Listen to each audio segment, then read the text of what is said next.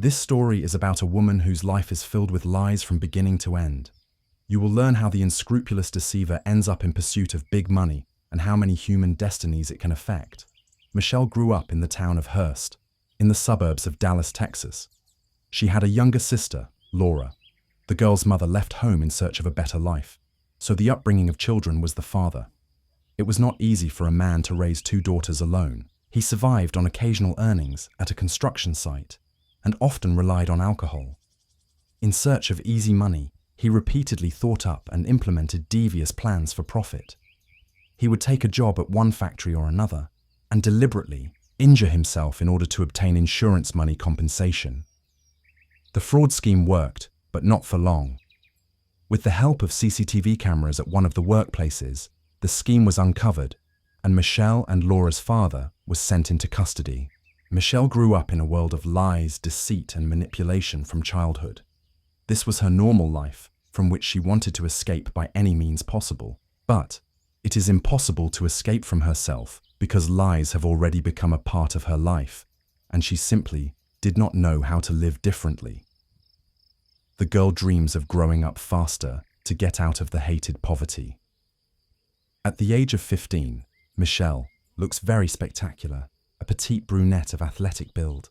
She attracts a lot of interest from guys both of her own and older age. Even then, Michelle realizes that with the help of her feminine power and charm, she can easily manage to manipulate any men in her environment in order to get what she wants. So in her life begins a series of love relationships with different men. At the age of 17, Michelle drops out of school and marries for the first time to 16-year-old Kenneth O'Brien. She informs the boyfriend that she is expecting a baby. Kenneth, taking full responsibility for his young wife and future child, enlists in the army. The couple moves frequently. 2 more children are born to them in this marriage.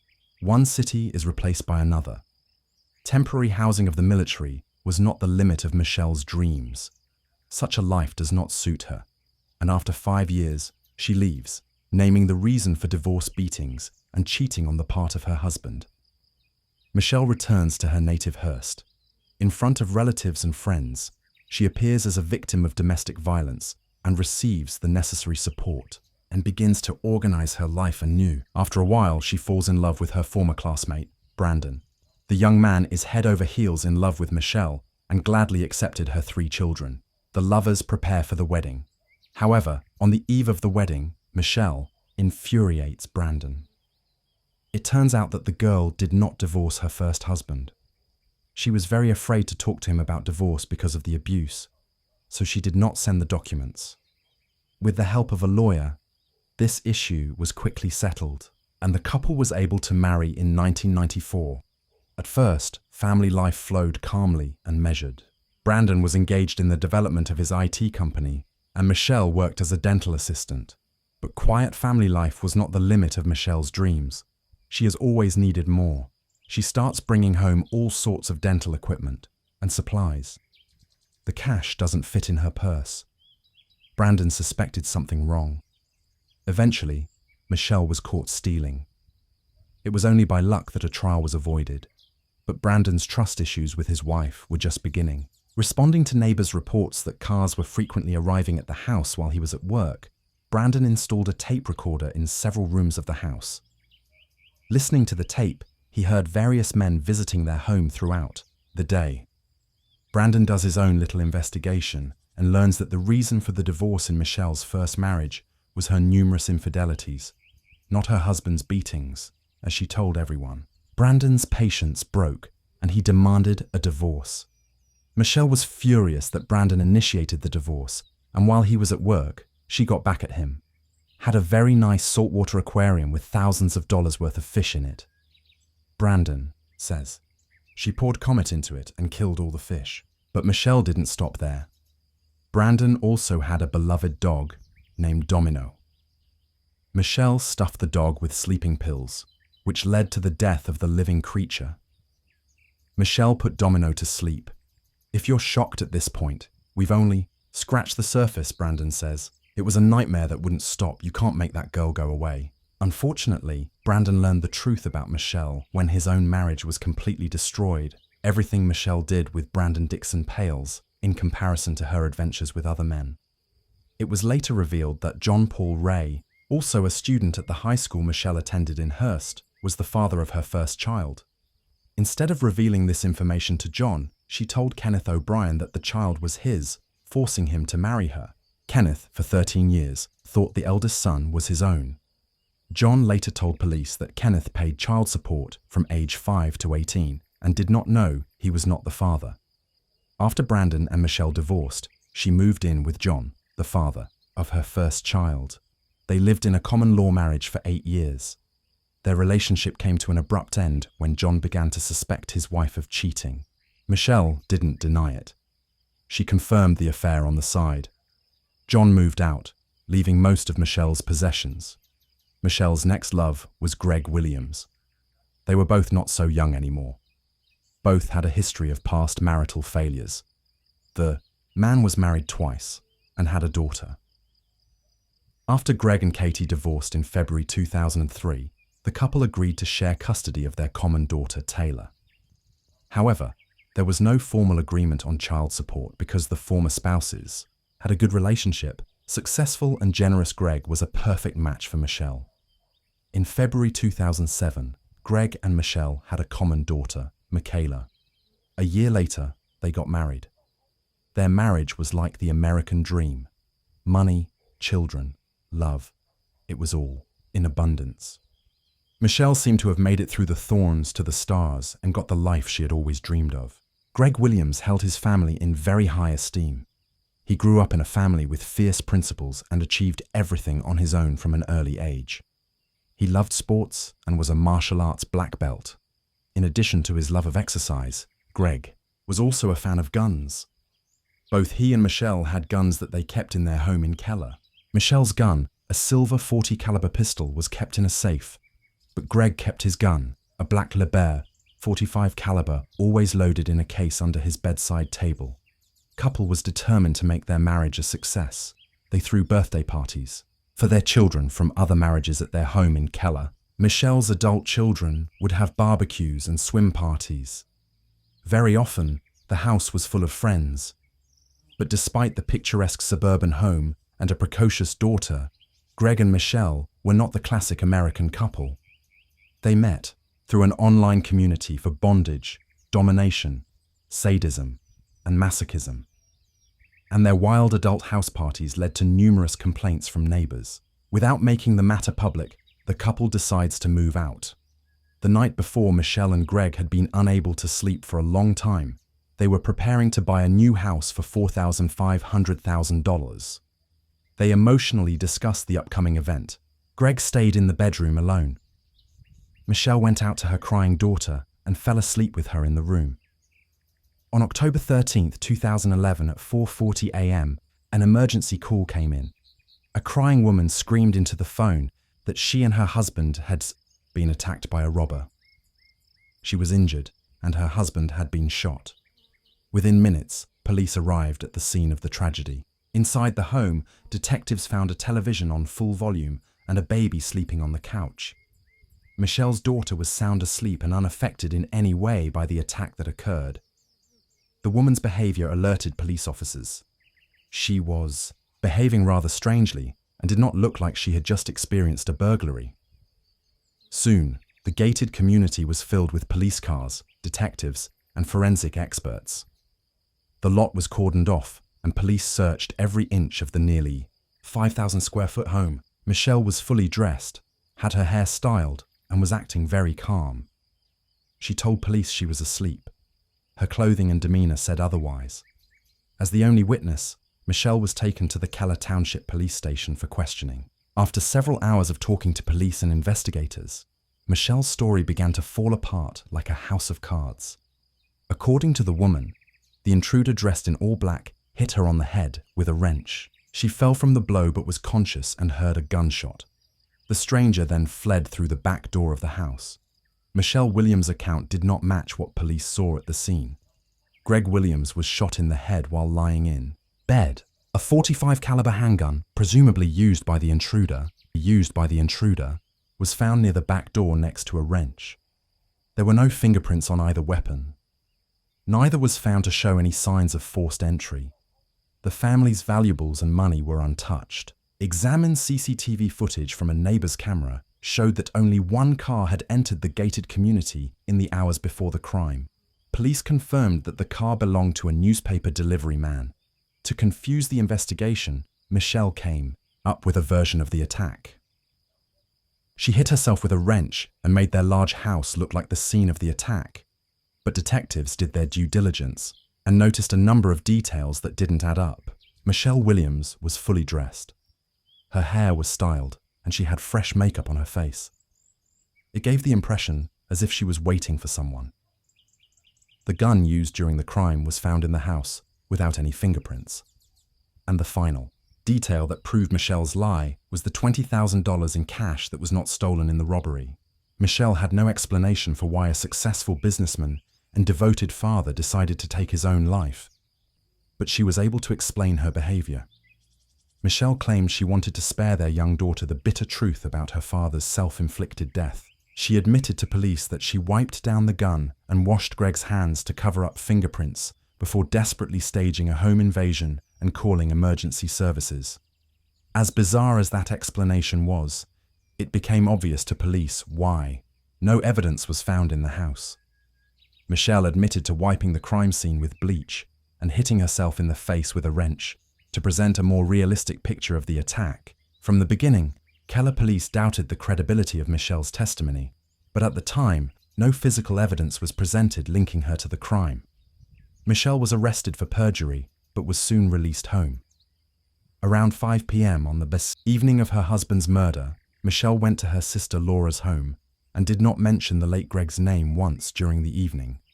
Michelle cried from time to time, but it didn't seem sincere, her sister Laura Cusick said, when questioned by police. The morning after the tragedy, Michelle woke up in a great mood. She was beautifully dressed with her hair styled and makeup on. In high spirits, the recent widow went for breakfast at a famous restaurant that served the best pancakes with syrup. While the police were looking into the theory that Greg had taken his own life, struggling to find a motive and obtain credible evidence of it, Michelle herself presented the investigation with first a motive and then evidence of her guilt. Going through the documents from the first interrogation, the investigators were attracted by Michelle's words that she didn't care about a single penny, but her actions proved otherwise. After Greg's death, Michelle quickly begins liquidating assets from family companies and spending large sums of money. She cashes checks through Greg's IT company. The amount of checks cashed is not disclosed anywhere. In all likelihood, we are talking about a lot of money. After receiving cash from the sale of the Blueberries frozen yogurt store in Keller, Michelle made one of her biggest blunders. She went to the insurance company hoping to get a payout on Greg's life insurance policy. Michelle was the sole beneficiary on Greg's life insurance policy, which was taken out on August 12, 2011, almost exactly 2 months before he was killed. But one important fact the woman missed: according to the terms of the insurance policy, Greg's death was not an insured event because he left his life voluntarily. And at the last moment, she was denied the money. The desire to get the insured sum of $600, $0, was the main motive for the crime. Later, another important fact of financial fraud comes to light that casts suspicion on the widow. Fictitious financial documents for a mortgage loan were used to purchase the house that Greg and Michelle had been preparing for on the eve of his death. The account numbers were intentionally changed, and the lender did not immediately notice the elaborate fraud. When Greg died, Michelle cancelled a meeting with the mortgage company, and the fake account was not discussed until it caught the attention of the police. Michelle, confident of her impunity, writes a check for $18,000 to attorney Kenneth Wincorn and takes a week-long vacation to Grapevine with her children. During the 3-month investigation into Greg Williams' death, police were able to unravel his wife's web of deceit. An autopsy was performed on Greg, which proves that the man was shot from a range of 12 to 18 inches. Moreover, the toxicology examination conducted provided a report proving that Greg had a large dose of sleeping pills in his system at the time of his death. Also, the police determined that there was no assault on the house. Mrs. Williams sedated her husband and shot him from a foot away after turning up the volume on the television. Daughter Michelle, who was asleep in her room, did not hear anything. On November 3, 2011, based on the Tarrant County Medical Examiner's report, Greg Williams' death was officially ruled a homicide. Michelle Williams was arrested on January 9th as she was on her way to a fitness center. She was charged with murder, tampering with evidence, and making a false statement to police. Michelle was both the only witness to the crime and the only suspect. Bail was set at $522,000 to be released from custody pending a court hearing, but Michelle spent a week in custody and was released on $85,000. Dressed in gym clothes, Michelle walked out of jail with a GPS monitor and under the arm of attorney Kenneth Wincorn, who is now officially representing her. Greg's first wife, Kathy, was furious when she found out that attorney Wincorn was defending Michelle. That money she paid him was part of Greg's estate, and it should never have gone to pay the legal bills of the woman who was accused of killing him. Online court records list Kenneth Wincorn as the attorney for Katie and Greg's divorce in February 2003, and Wincorn's name and signature appear on legal documents regarding the custody agreement for their shared daughter, Taylor, in February 2008.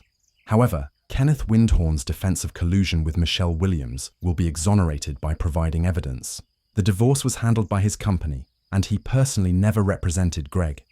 Kenneth Wincorn said he first learned of Greg's murder from an IT company employee. It was very shocking, Wincorn says, adding that Michelle later sought his help. After her plot to cash in on Greg's death is foiled, Michelle Williams changes her name to Shelley and appears as a fitness guru, hoping to start a new life. On Facebook, Shelley publicly announced her relationship with Gene Wallace, a friend of her oldest son, man nearly 15 years younger than her. Shelley and Gene opened a fitness club in Bedford and heavily promoted it online. Armed with an ankle bracelet with a GPS tracker, Michelle spent the next few months enjoying her new boyfriend, fitness classes, and court hearings. She often appeared in court dressed for a night out on the town, wearing miniskirts, knee-length, boots, and deep-cut blouses. She never mourned Greg's death for a second, says Greg's ex-wife, Kathy. Rob Conover was friends with Greg Williams for more than 20 years and attended many of Michelle's hearings. He recalls how she deftly manipulated police officers at the courthouse, making them see her as an innocent woman in need of protection.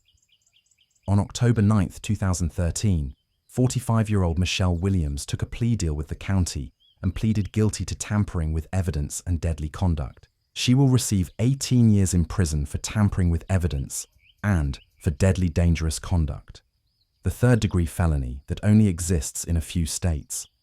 Although Michelle admitted that she cleaned the gun and Greg's body, the absence of her DNA at the scene raised doubts about whether the first-degree murder charge would stick. Things can go differently. Play big, win big, or lose big, Michelle said in an interview. With the plea bargain, I expect to do a couple years, and after that, I'll be out on parole. But in February 2014, Michelle Williams, in an interview, suddenly changes her testimony and says she is not guilty of the crime. The judge immediately rescinds the plea bargain and sets a date for the first trial.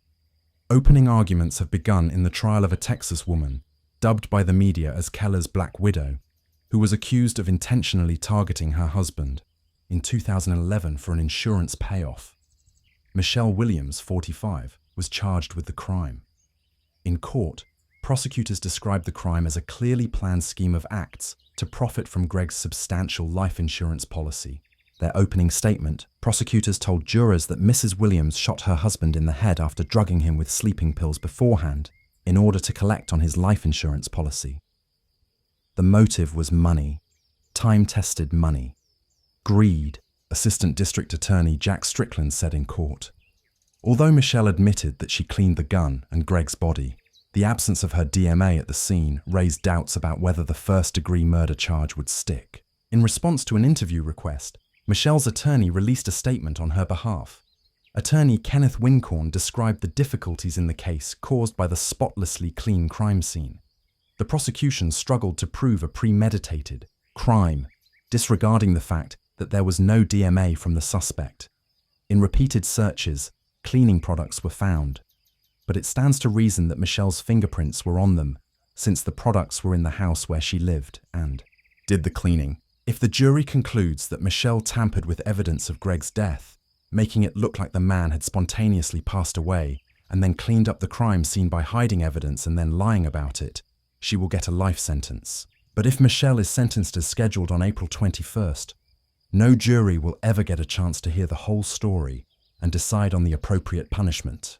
Through careful questioning of the Williams couple's friends and acquaintances, information regularly emerged about the unfavorable environment that had prevailed in their family for a long period of time.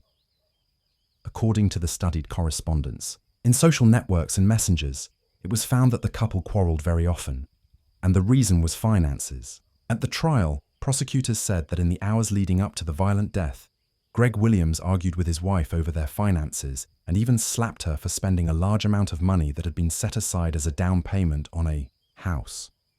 But Michelle Williams' defense argued that Greg Williams had taken his own life and that the successful business owner needed his wife alive, not dead.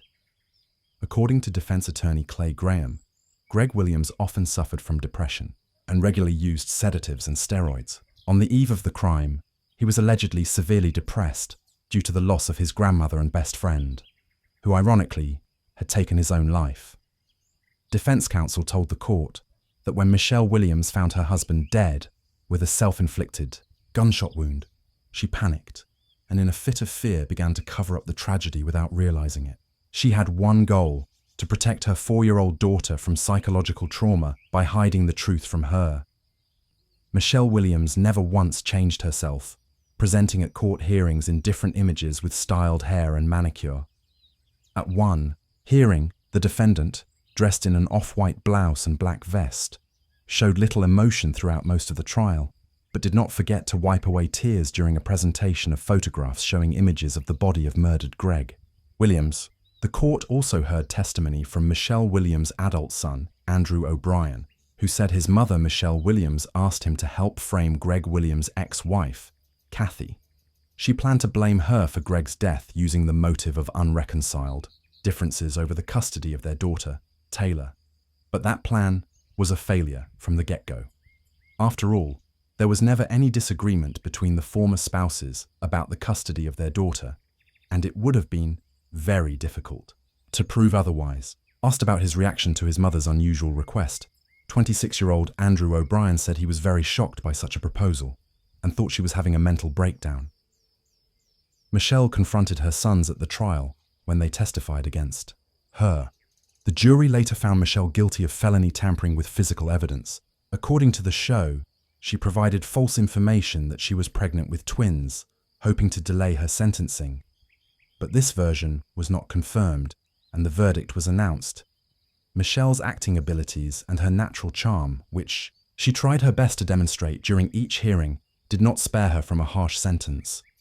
Sandwiched between a scenario in which she was a cold-blooded criminal and one in which she was portrayed as a deranged wife and mother acting on impulse, Michelle chose the latter. "He did it," she said, wrapping her arms around her head.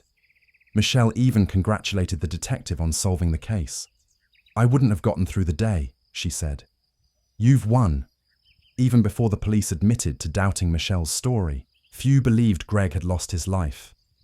He had too much to live for, and he knew all too well how much pain and untimely death causes.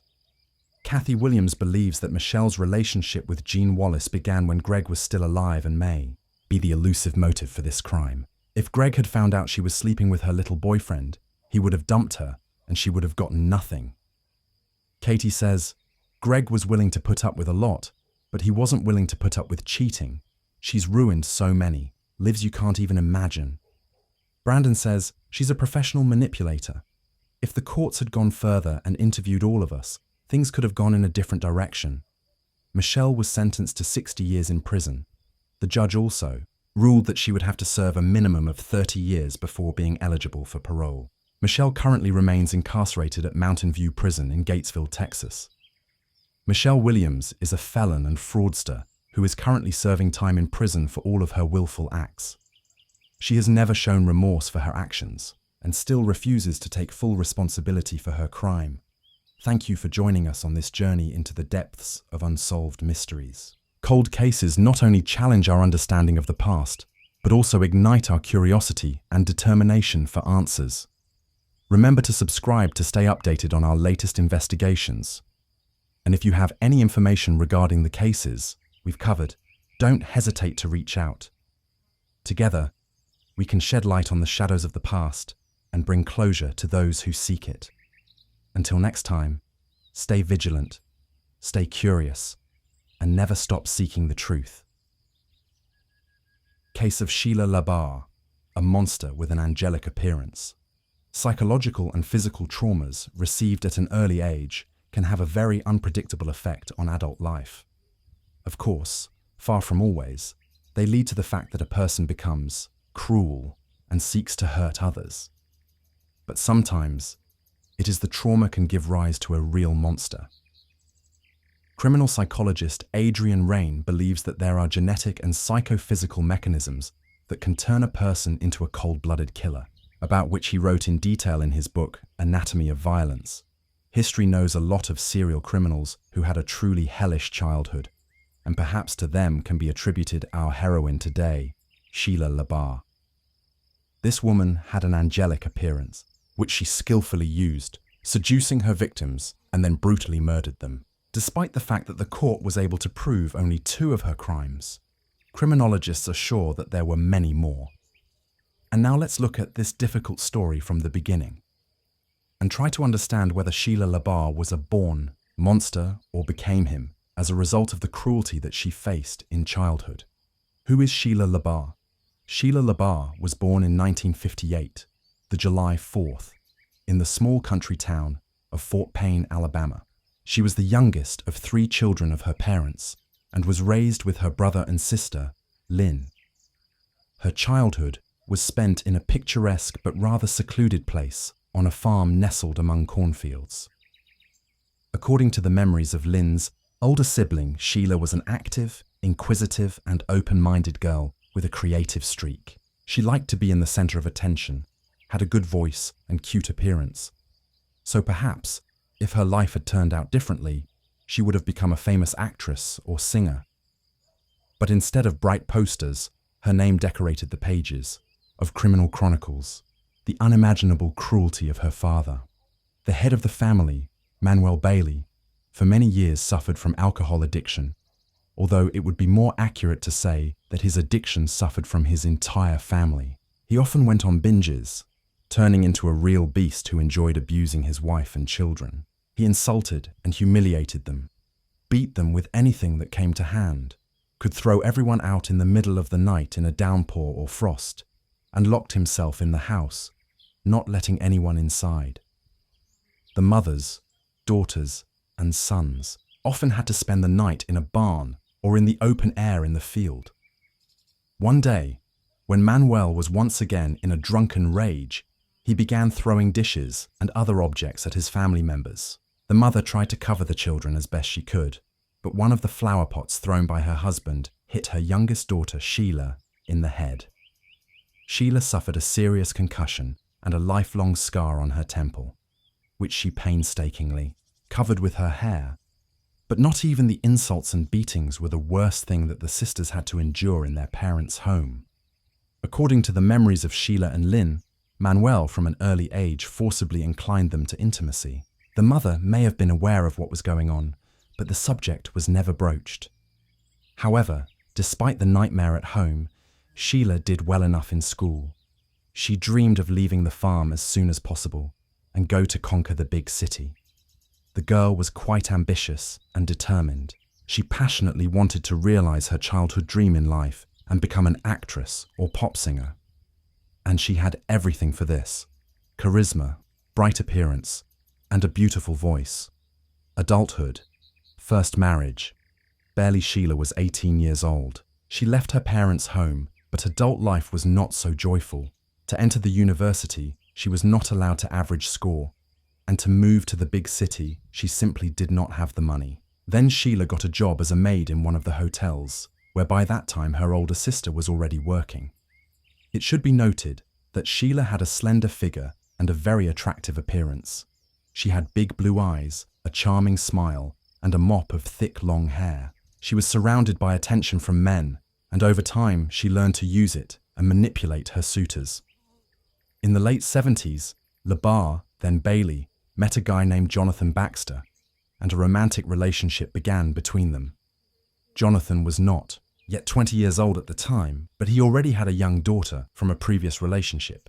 However, the child did not become a hindrance, and soon the couple got married. However, this marriage lasted only a few months and collapsed after Jonathan learned that the young wife abused his daughter while he disappeared at work. Sheila was frankly annoyed with the child, and she would raise her hand or lock her in a closet if she started crying or acting up. Jonathan did not organize scandals and listen to explanations. He just Strazat filed for divorce and put his wife with his belongings outside his house. He never wanted to see or hear from her again. After the divorce, Sheila dated various men and mostly lived off them. But all these relationships were fleeting and lasted from a few weeks to a couple of months. Until in the early 80s, she met her future second husband, Ronnie Jennings.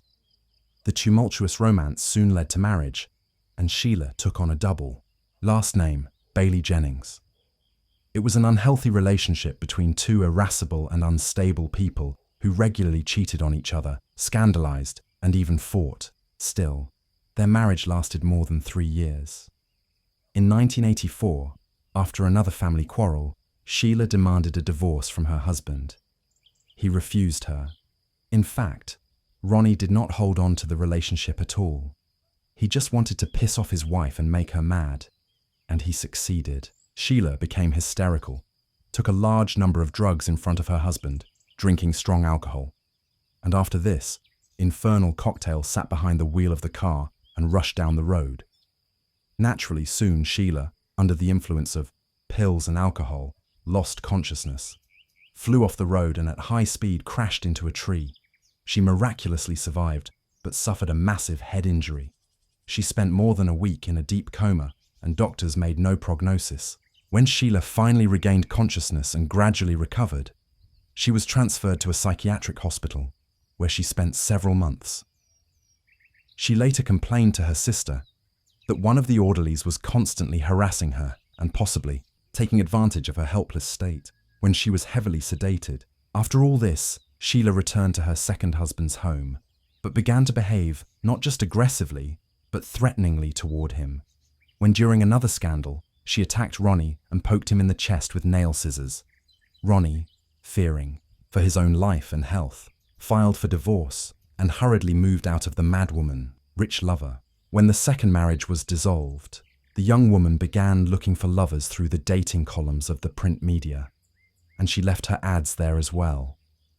But no man did not stay with her for long because Sheila tended to dominate everything, rigidly suppressing their partners both in intimate and everyday life. Soon, the photo of an attractive girl in the dating section drew the attention of 60-year-old Wilford Bill LaBar.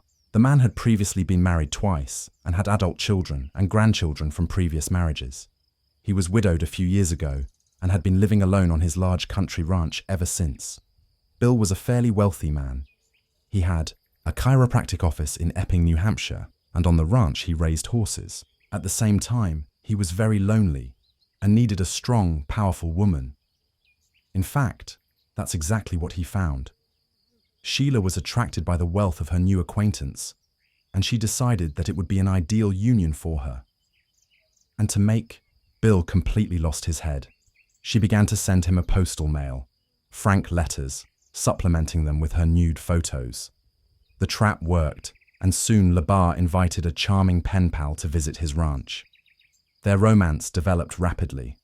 An elderly man is not stingy on expensive gifts for a young mistress, and in the summer of 1987, she moved to live with him. This has incredibly flattered the doctor, who now went out in public with a beautiful companion who was half his age and was fit for him as a daughter. Nevertheless, he did not plan to marry Sheila. However, Sheila, not waiting for a marriage proposal, changed her name, calling herself LaBar.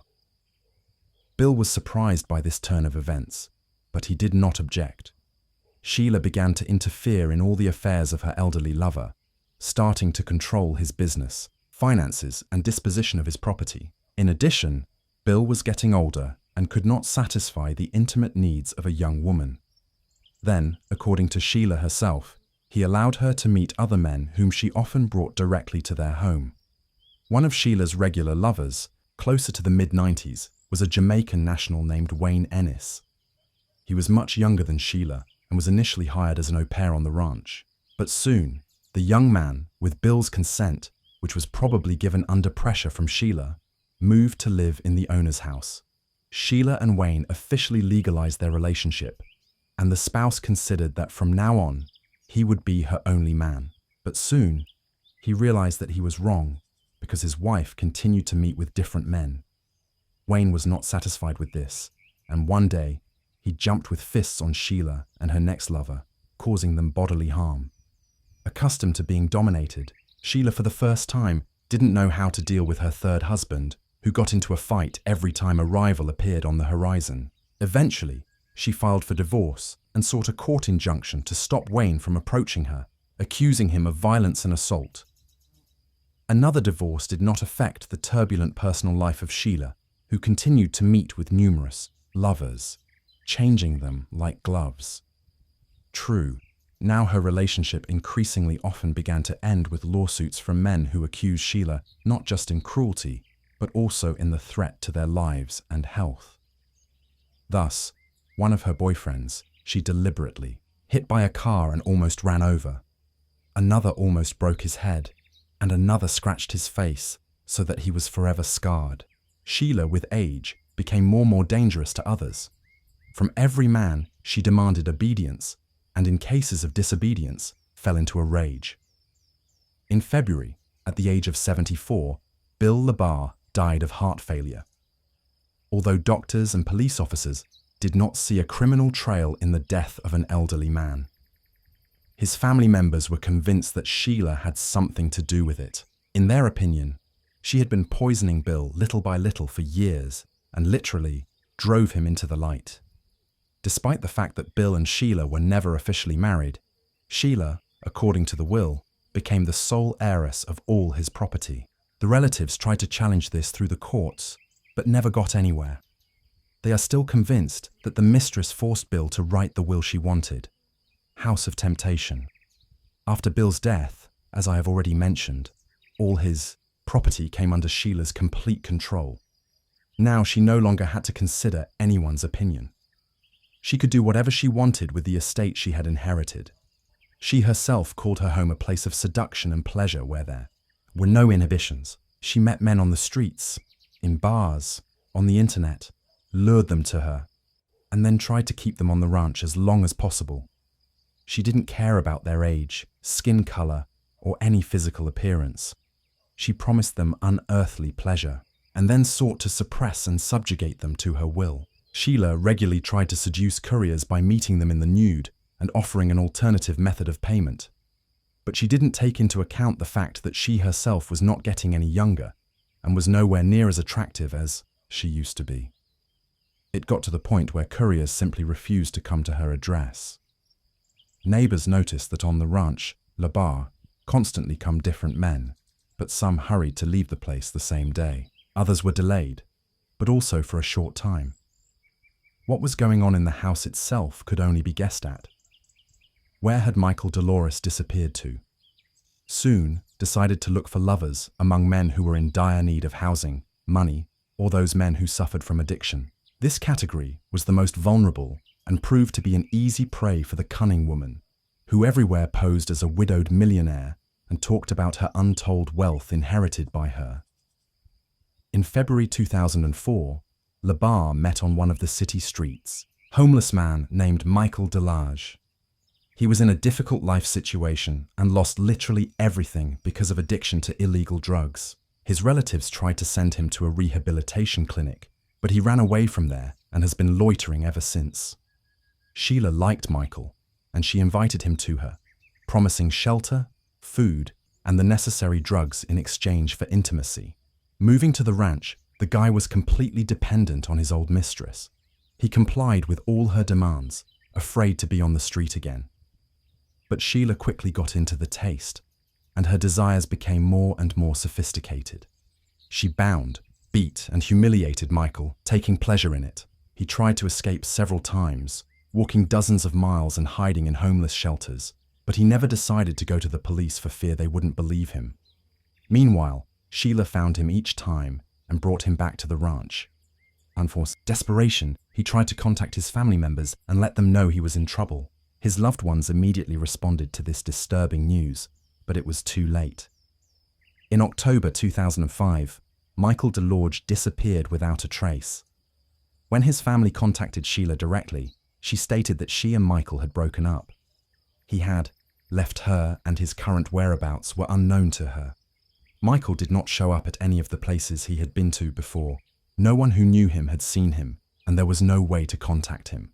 Contacting the police was fruitless, and LaBar remained beyond suspicion, trusting Kenny County.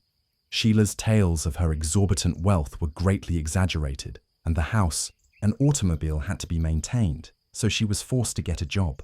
Naturally, Sheila chose an occupation to her liking.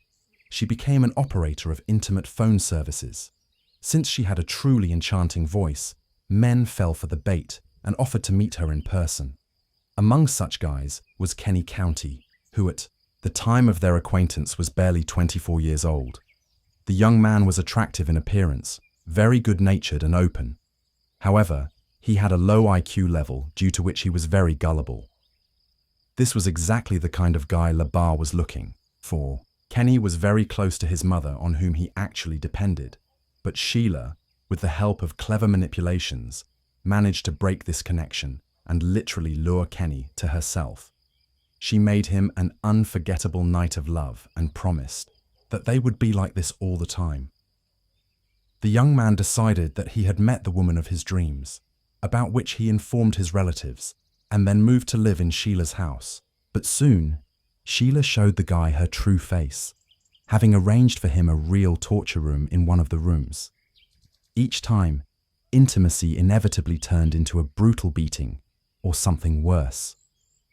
Kenny's body was covered with bruises, abrasions, scratches, cuts, and burn marks. But he could not leave the house of the mistress who had completely subjugated his will. Sheila did not allow him to see and communicate with his loved ones, and his family could only guess what was happening to Kenny. The first alarm was raised by neighbors who periodically noticed the guy and were horrified by his sickly appearance. A few days before his disappearance, a local store clerk took a picture of the young man on her cell phone camera, and later this picture was attached to the case file in court. In the photo, Kenny's condition could be described as deplorable. He was very thin. There were huge bruises under his eye and on. His cheek and his nose was probably broken. Judging by the degree of healing, all these injuries had been inflicted at different times, which suggested that the guy had been brutally beaten for a long time. The contents of his cart were also alarming. He rolled 2 large canisters of fuel to the cash register, as it later turned out, for his own cremation. The store employees were so puzzled and even frightened by the guy's appearance that they decided to report him to the police for possible domestic violence. But this time, Sheila managed to get away with it, and they could not charge her with anything. Soon, Kenny stopped contacting his family altogether, and when his worried mother arrived at LaBar's house, the owner behaved aggressively and advised to leave Kenny alone. All subsequent attempts ended similarly, at which point Kenny County's family filed a missing persons report with the police, indicating that he may be being held forcibly at the country ranch, a home crematorium, and gruesome findings. When police arrived at Sheila's home, she claimed that the young man no longer lived with her and claimed that Kenny had run away because his mother, whom he was allegedly terrified of, began visiting them frequently. As evident, Sheila provided an audio recording in which he asks her lover if his own mother had attacked him, and he quietly gives an affirmative answer. It all seemed more than strange, and the very next day, an officer visiting Sheila secured a search warrant for the estate. Sheila had been on the police's radar many times before, and her name had been linked to another mysterious disappearance of a boyfriend. But over the years, Sheila had never been questioned, and her house and grounds had never been searched. When the police arrived, they did not find LaBar at home. But they did see several fires burning near the outbuildings.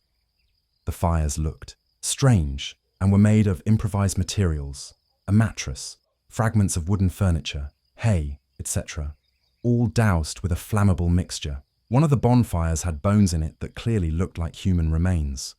The squad requested reinforcements in the form of forensic experts reporting all the findings, but that turned out to be just the tip of the iceberg compared to what they discovered next. Almost all over the house were found poorly washed traces of blood. It was so much that it seemed as if there had been a real mass massacre. It turned out that the blood belonged to at least 3 different people. The bones smouldering in the fire belonged to the missing Kenny, and there were 2 empty fuel cans lying nearby, the same ones the boy had bought at the local store the day before. But that wasn't all. Also found on the property were the remains of Michael DeLodge, who had disappeared a few years earlier, and some fingers of some third guy who was never identified. Among other things, a large number of items belonging, judging by the size, to various men were fished out of the sump at the ranch, the fates of which have not been learned. The hostess herself was not at home at the time of the police visit. She had figured it out and gone on the run. Sheila hitchhiked to Boston, where she obviously hoped to get lost. Moreover, on the way, she seduced one of the drivers who gave her a ride, and he trustingly invited her to live in his house. However, the next day, having seen on TV news about the search for a dangerous criminal, the new lover himself called the police and reported that Sheila is now in his bed. It was there that she was arrested. During the search of Sheila's home, another frightening find was made: a box of videotapes. On the tapes, Kenny, Michael, and several other men confessed to horrific crimes. But judging by the guy's appearance and condition, they made these confessions under torture. Since LaBar's arrest, her mental health has raised a lot of questions, so the court ordered the necessary evaluations. Sheila was found to have a delusional disorder as well as signs of schizophrenia. She called herself an angel sent from heaven to protect children from rapists. It was Sheila's failing mental health that became the basis on which her attorney tried to build a defense. He called his client a profoundly sick person and tried to prove that she was not aware of her actions. The reason for this was the mental and physical trauma she had suffered as a child. The defendant herself claimed that many years ago, when she was in that terrible accident and found herself in a coma on the verge of death, she met with God, and the latter told her to cleanse the world of men who infringe on children. Sheila's ex-husbands and some of Sheila's lovers also spoke in court, who, in one voice, called her a crazy, unstable, and extremely violent woman. And Wayne Annis, the third husband, said that the ex-wife repeatedly persuaded him to kill Mr. LaBar in order to seize his property. But despite the defense's attempts to convince the court that Sheila was insane and in need of treatment, it was proven that she was aware of her actions at the time of her crimes. She was found guilty in July 2008 and sentenced to life imprisonment, without the possibility of ever being released. All of her appeals were rejected. Sheila is now serving her sentence in Florida at Homestead Correctional Facility. The case of Susan Wright. Susan Lucille Wright was born on April 24, 1976, in Houston, Texas, to parents Velma Sue and Jimmy Lawrence Wright. She was the eldest of 2 children and had a biological sister named Cindy.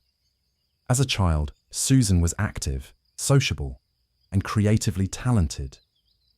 During her school years, she developed a passion for dancing and aspired to become a choreographer. With her bright and attractive appearance, as well as her slender figure, she drew many admirers and being the center of attention. After completing high school, Susan tried but was unsuccessful in getting into college. To raise funds for her future education, she decided to take some time off. During this period, she found work as a dancer at a well-known nightclub, performing, partially nude on stage. She decided to leave her job and use her savings to enroll in evening courses at a nursing school. To support herself and maintain her independence, Susan took a job as a waitress at a restaurant while pursuing her studies. However, she soon discovered that medicine was not her real passion and had trouble paying for her studies. Consequently, she stopped attending her classes to concentrate on her job. In the summer of 1997, 21-year-old Susan met her future husband, Jeffrey Andrew Wright, at the Galveston restaurant where she worked. He was immediately drawn to her beauty and radiant smile, becoming a regular customer and leaving generous tips. After some time, Jeffrey mustered the courage to ask Susan for her phone number. He would call her daily, sometimes multiple times a day, to arrange romantic dates and surprise her with small gestures, such as sending flowers with heartfelt notes to her workplace. In the evenings, he would meet her and walk her home. The man was 8 years older than Susan, but she didn't consider this a significant issue.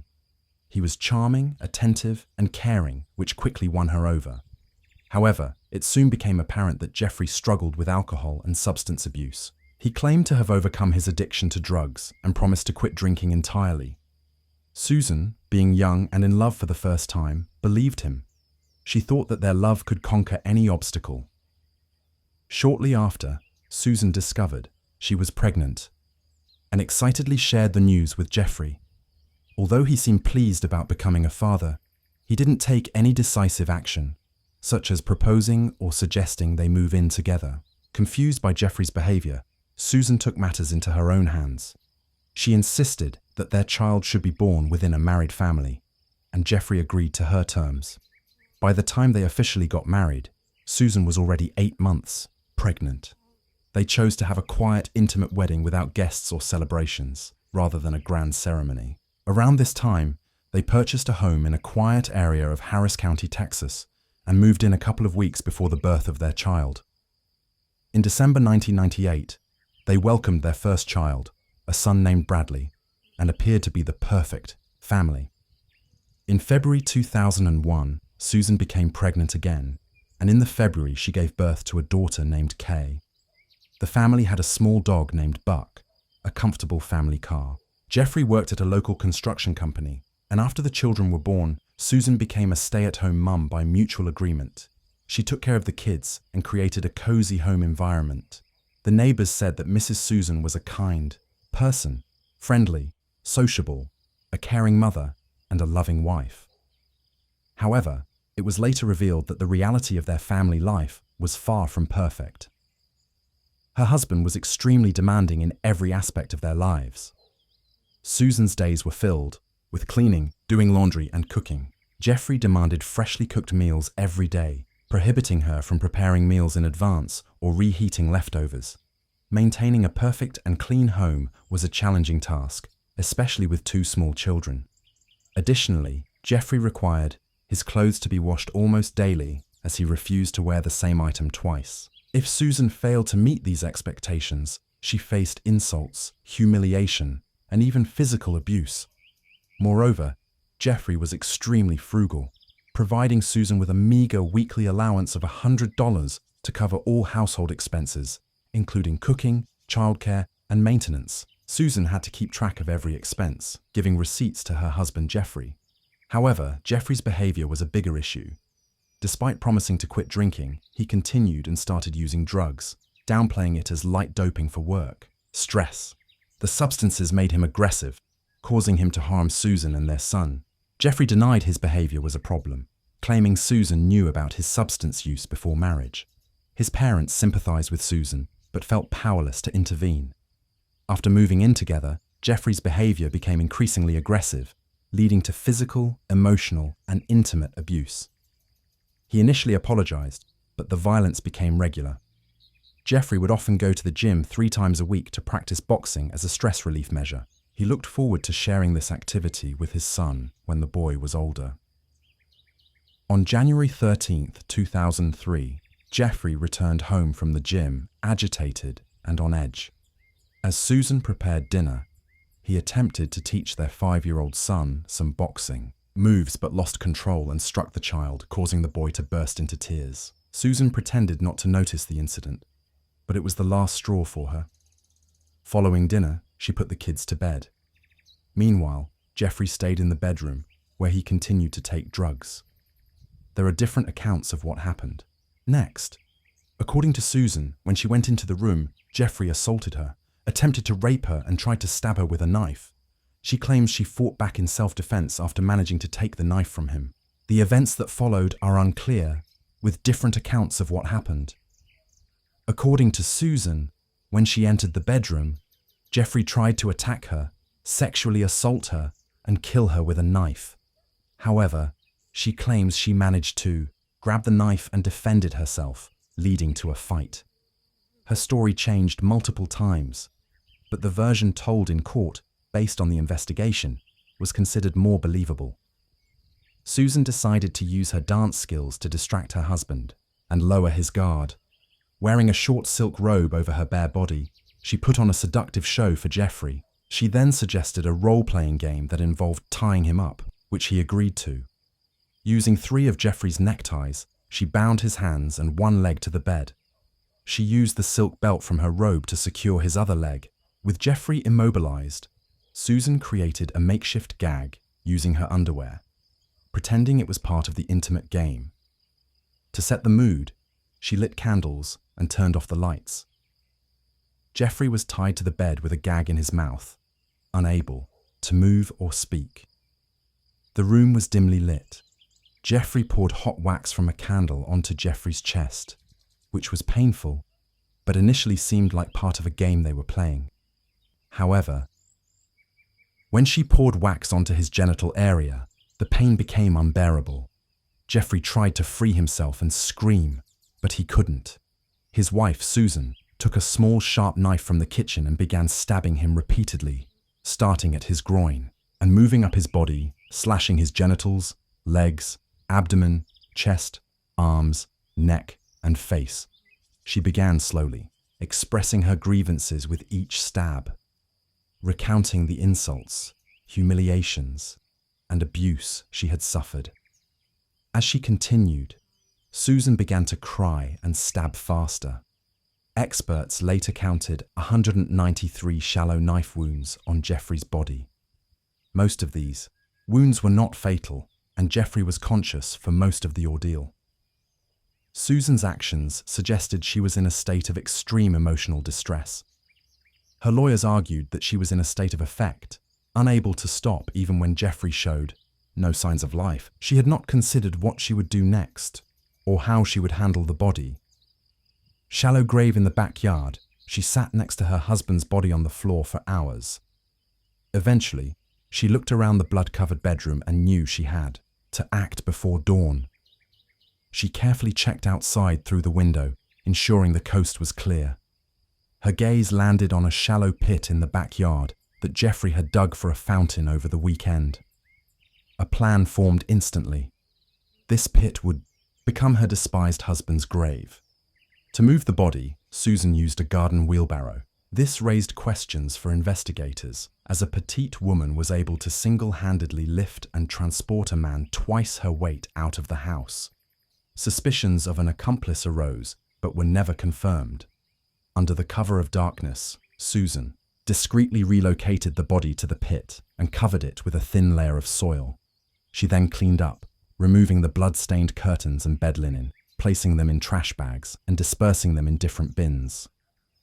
The blood-soaked mattress was flipped over as Susan was unsure how to properly clean it. She spent the remaining time until dawn, scrubbing blood from the floor, walls, and carpet. Scrubbing the carpet is a big deal, with a large stain that couldn't be removed.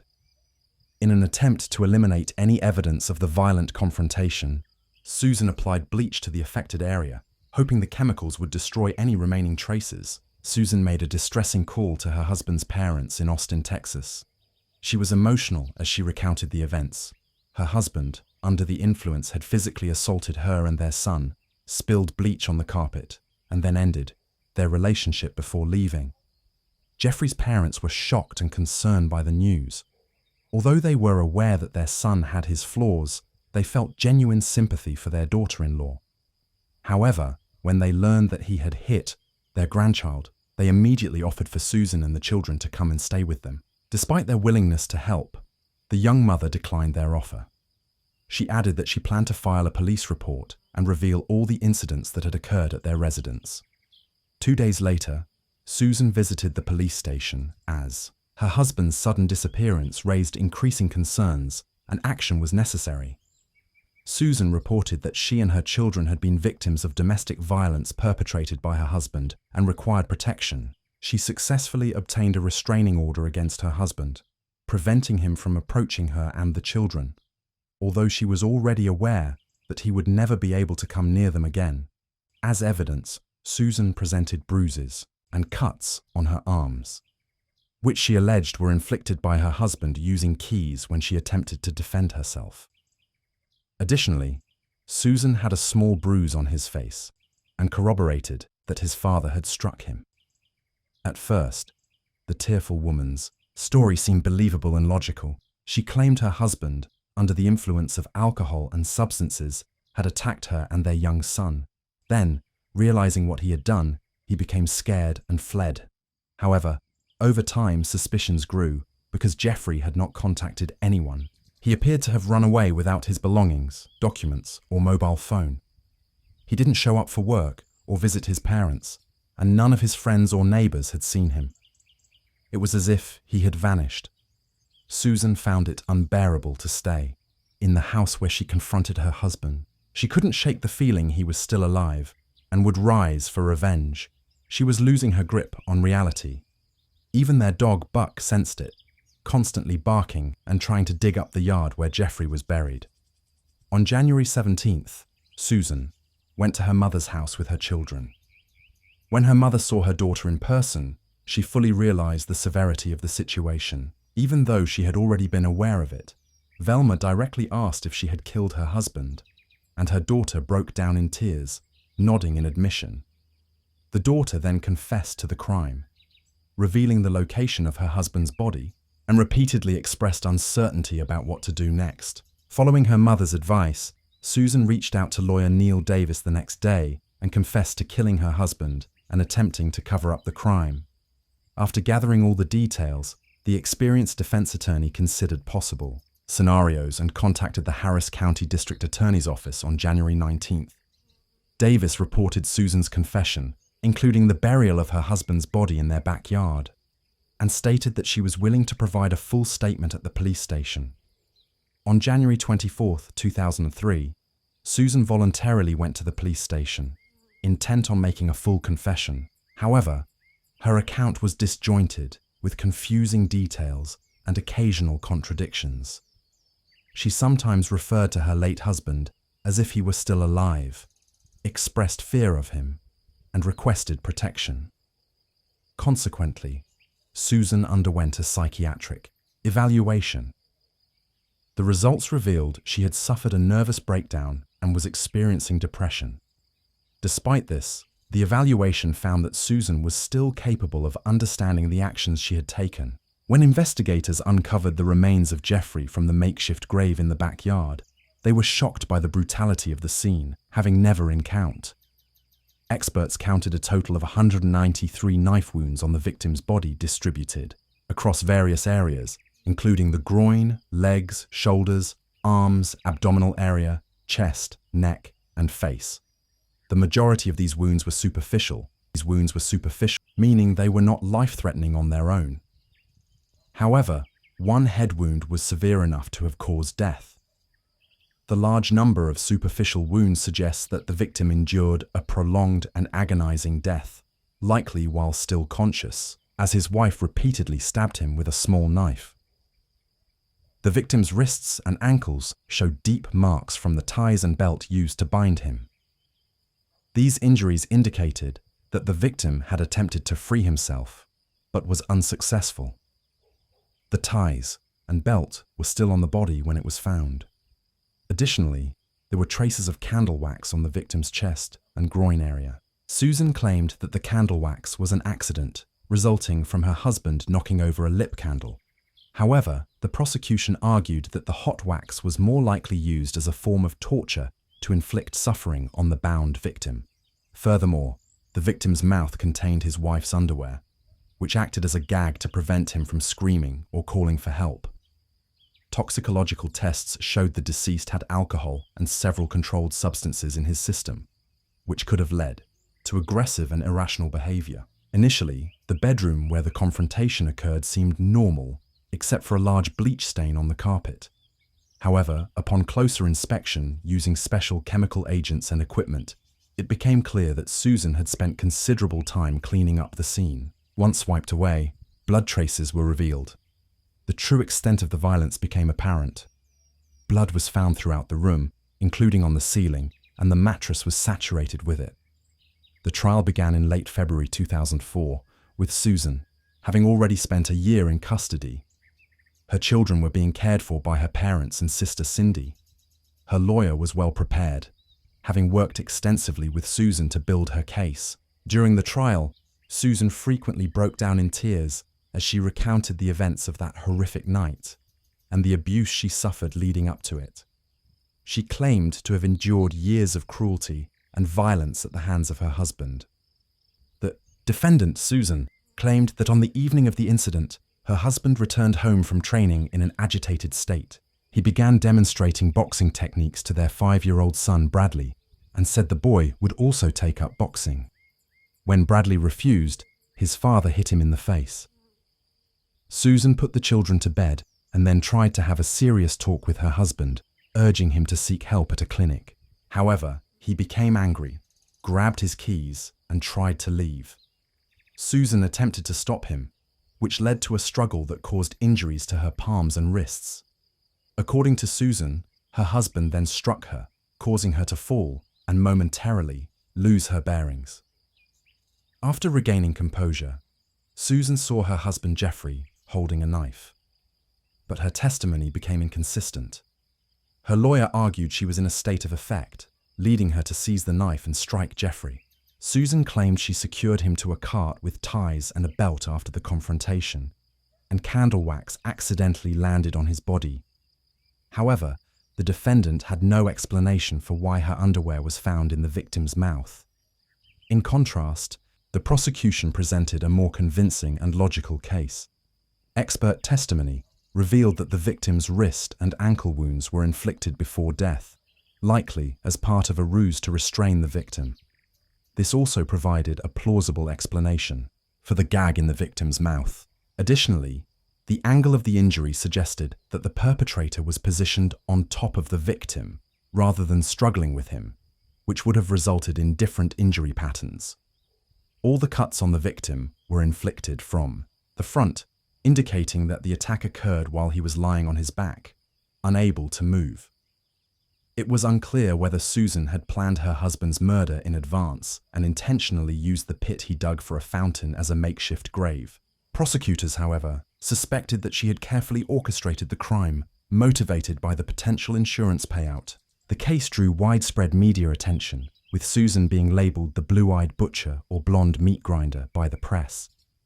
Jeffrey's family demanded the harshest possible sentence, while many of their neighbours felt sorry for Susan, recalling instances where she had bruises that she attributed to her own clumsiness, but which may have been signs of physical abuse. Prosecutors initially sought a life sentence for Susan, but later reduced their request to 45 years in prison. In March 2004, she was found guilty and sentenced to 25 years. She showed no emotion when the judge delivered the verdict, appearing detached from the proceedings. A year later, her lawyer's attempt to appeal the decision was rejected. In February 2008, Susan and her defense team filed another appeal, which was influenced by new testimony from a previously unknown witness. Misty McKell, wife of former NFL champion Steve McKell, was a key witness. She had a lengthy relationship with Jeffrey Wright in the mid-1990s and was briefly engaged to him. However, she suffered physical abuse, humiliation, and cruel treatment from Jeffrey, leading her to end the engagement and cut ties. Following this new information in Jeffrey's testimony, Susan's prison sentence was reduced to 20 years. She became eligible for parole in February 2014 at age 38, but was denied. A second denial followed in July 2017. After 16 years in prison, Susan Wright was released in the winter of 2020 at age 44. She was met by reporters and photographers, causing her to break down in tears and ask to be left alone. Her trial received extensive media coverage, including a broadcast on Court TV. The case of Shannon Starbucks. Shannon Starbucks, a 42-year-old woman, was born on April 19, 1969, in Anderson, Indiana, as the youngest child with two older brothers. Her parents eventually divorced and started new families, resulting in additional siblings for Shannon. On December 3, 2011, Shannon was discovered on the floor of her bedroom, positioned in a suggestive manner. An erotic massager was placed on her stomach, indicating a clear attempt to humiliate her after death. The police immediately suspected foul play due to the numerous bruises and scrapes on her body. A medical examiner later confirmed that some of the injuries were caused by a stun gun, and evidence suggested that her body had been moved. The official cause of death was determined to be strangulation. The detectives assigned to solve the case faced a difficult task. They needed to reconstruct the final hours of Shannon's life and identify the perpetrator. Shannon, a mother of 5, had been reported missing by her ex-husband, Clay Starbuck, a day before her body was found. Clay, 47, had alerted the authorities that he had been unable to contact Shannon since December 1st at approximately 3 p.m. Shannon sent a text to her daughter saying she couldn't pick up the kids from school because she wasn't feeling well. She asked them to wait for their father, claiming she had already informed him of the change in plans. However, his phone was turned off, so he didn't know what was going on. The younger siblings, Marshall and Serena, were tired and hungry, so 15-year-old Logan decided to call her older brother Austin for help. She asked him to drive them to their father's house, which was just a couple of blocks away. When they arrived, Austin said he couldn't reach their mother either. She thought maybe she had turned off her phone to rest. Austin put the kids in the car and drove them to their father's house. Clay was surprised to see them, but was happy to spend time with his kids. Since the older kids had lived with him after the divorce, and the younger ones had stayed with their mother, Clay decided to enjoy the unexpected visit and didn't contact Shannon. This wasn't the first time something like this had happened with her. Clay expected to see Shannon at the school basketball game that evening, but she didn't show up. The next day, December 2nd, Clay took the kids to school and then went to Shannon's house. The front door was locked and the blinds were closed. Since he didn't have a spare key, he couldn't get in. Clay sent a message saying that if Shannon didn't show up by 7 p.m., he would contact the police. After waiting until the agreed time, Clay went to the police station to report Shannon Starbucks' disappearance. 2 sheriff's deputies visited her address, but found nothing suspicious. So they returned to the station. The officer told Clay to wait one more day. If he still hadn't heard from Shannon after that, he should return to the station. The next day, Clay returned to the police station, and it was then that he discovered he wasn't the only one looking for Shannon. A friend and her mother had also reported being unable to contact her, which was unusual for Shannon. This new information prompted the police to take the case more seriously. It had been 48 hours since Shannon's disappearance, and several people were worried about her. The police visited Shannon's home again. Upon entering the residence, they found no signs of forced entry or robbery. Initially, everything appeared to be in order. However, when they entered Shannon's bedroom, they discovered the disturbing truth. Shannon Starbucks' disappearance was a result of a brutal murder. In her room, investigators found an unmade bed with a blanket nearby, but the sheet was missing and the mattress cover had red stains. Her cell phone and diary were on the dresser. Forensic experts examined the room for fingerprints, finding 12 latent prints on the massager box and bathroom mirror. While some surfaces had been wiped clean, DNA analysis was conducted on traces found in common areas, and specialists took scrapings from under Shannon's nails, face, and neck. Detectives believe the murder occurred after Shannon got out of the shower, and her body was moved to the bed, and then the floor. The missing sheet was found in the washing machine, suggesting the perpetrator tried to eliminate evidence. Clay arrived at Shannon's house by noon to find out what had happened to his ex-wife. However, the scene at her yard was ominous, with yellow tape cordoning off the area, an ambulance, and several police cars parked near the lawn. Clay was the first to be informed of the tragic event. To gather more information about Shannon and her lifestyle, the detectives questioned Clay after he had calmed down. He explained that he and his ex-wife had a morning routine where he would take the younger kids to school and she would pick them up afterwards. However, on December 1st, his car broke down a few blocks from home, disrupting their routine. Clay had texted Shannon to ask her to take the kids to school. It was supposed to warm up around 11 a.m., but when he tried to start the car again, it still wouldn't start. He gave up and went back inside to take a nap. Clay slept for several hours, without being disturbed, during which time his cell phone ran out of battery. To support his story, he showed the police his correspondence with his ex-wife, Shannon.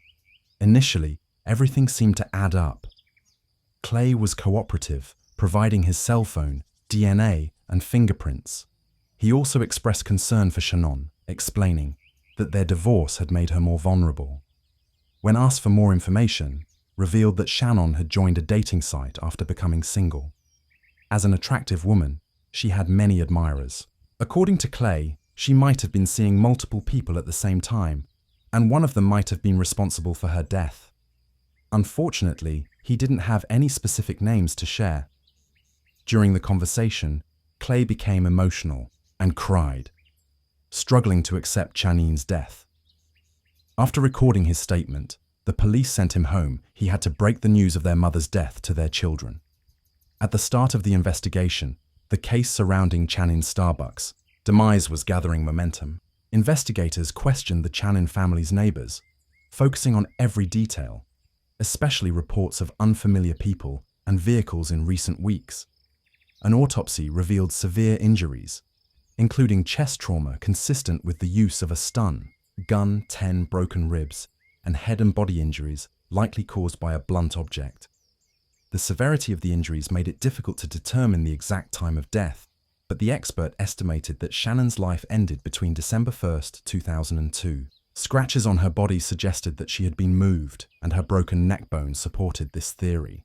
The medical examiner found evidence of strangulation using a soft object, possibly a hand, towel, or sheet. A breakthrough in the case came from the analysis of body samples, which revealed male DNA. This suggested that the suspect might be one of Shannon's close male acquaintances, including her ex-husband or secret admirers. Clay Starbuck, her ex-husband, has cooperated fully with the investigation, including undergoing a medical examination to check for any injuries or harm. Detectives suspected that the perpetrator might have been injured during the struggle, but Clay showed no signs of injury on his hands. The investigators then examined their sons, 21-year-old Austin and 18-year-old Blake. The only issue that arose was the presence of old cuts on the older son's hands, but these were explained by his job at a window manufacturing plant. During conversations with the sons, some facts were established that would later become clearer. The children knew that after the divorce, their mother had been dating, and they disapproved of it. They had seen explicit photos on their mother's laptop, leading them to wonder if she might have been targeted by an online predator. It was clear that the sons loved their mother and were deeply shaken by her death. However, they had disagreed with the changes she had been making in her life.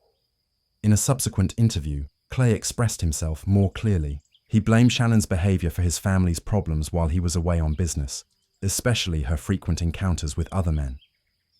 Even suspected that Marshall might not be his biological son, but he loved him regardless.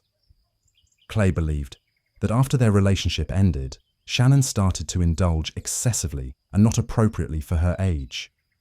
He disapproved of her dropping off the kids at his place when she went on dates. By this point, investigators had not only spoken to Clay and the children, but also interviewed Shannon's relatives and friends.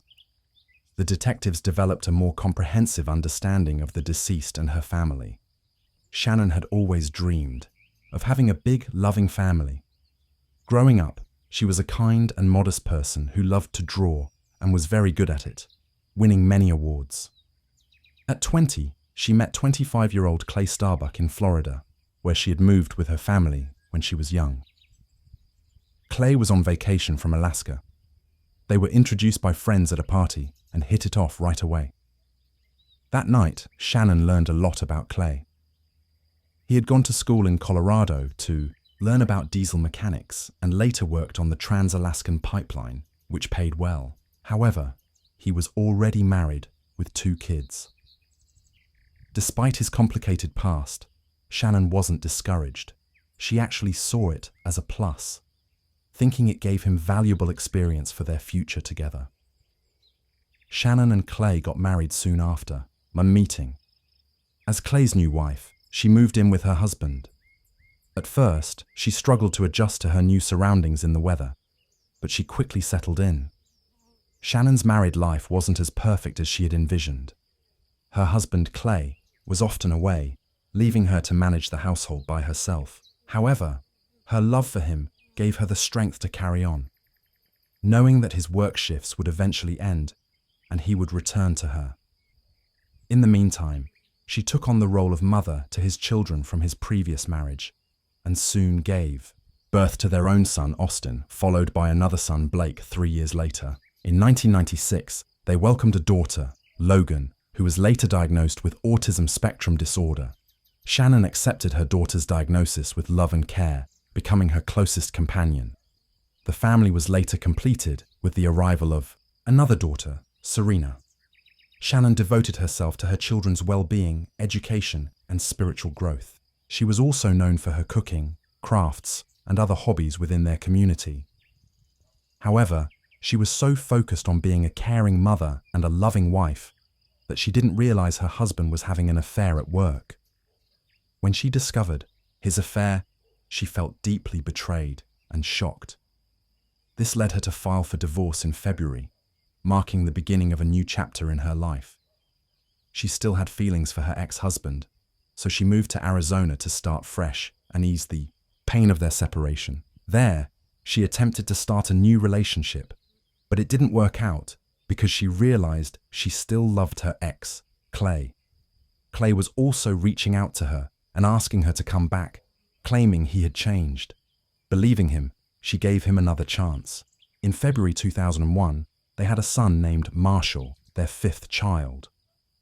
However, instead of strengthening their relationship, Marshall's birth created new tensions. Even when they formally remarried in February 2006, their relationship remained strained. 6 months later, the family moved to Deer Park, Washington. Clay's work kept him away, leaving Shannon to care for the children and manage the household.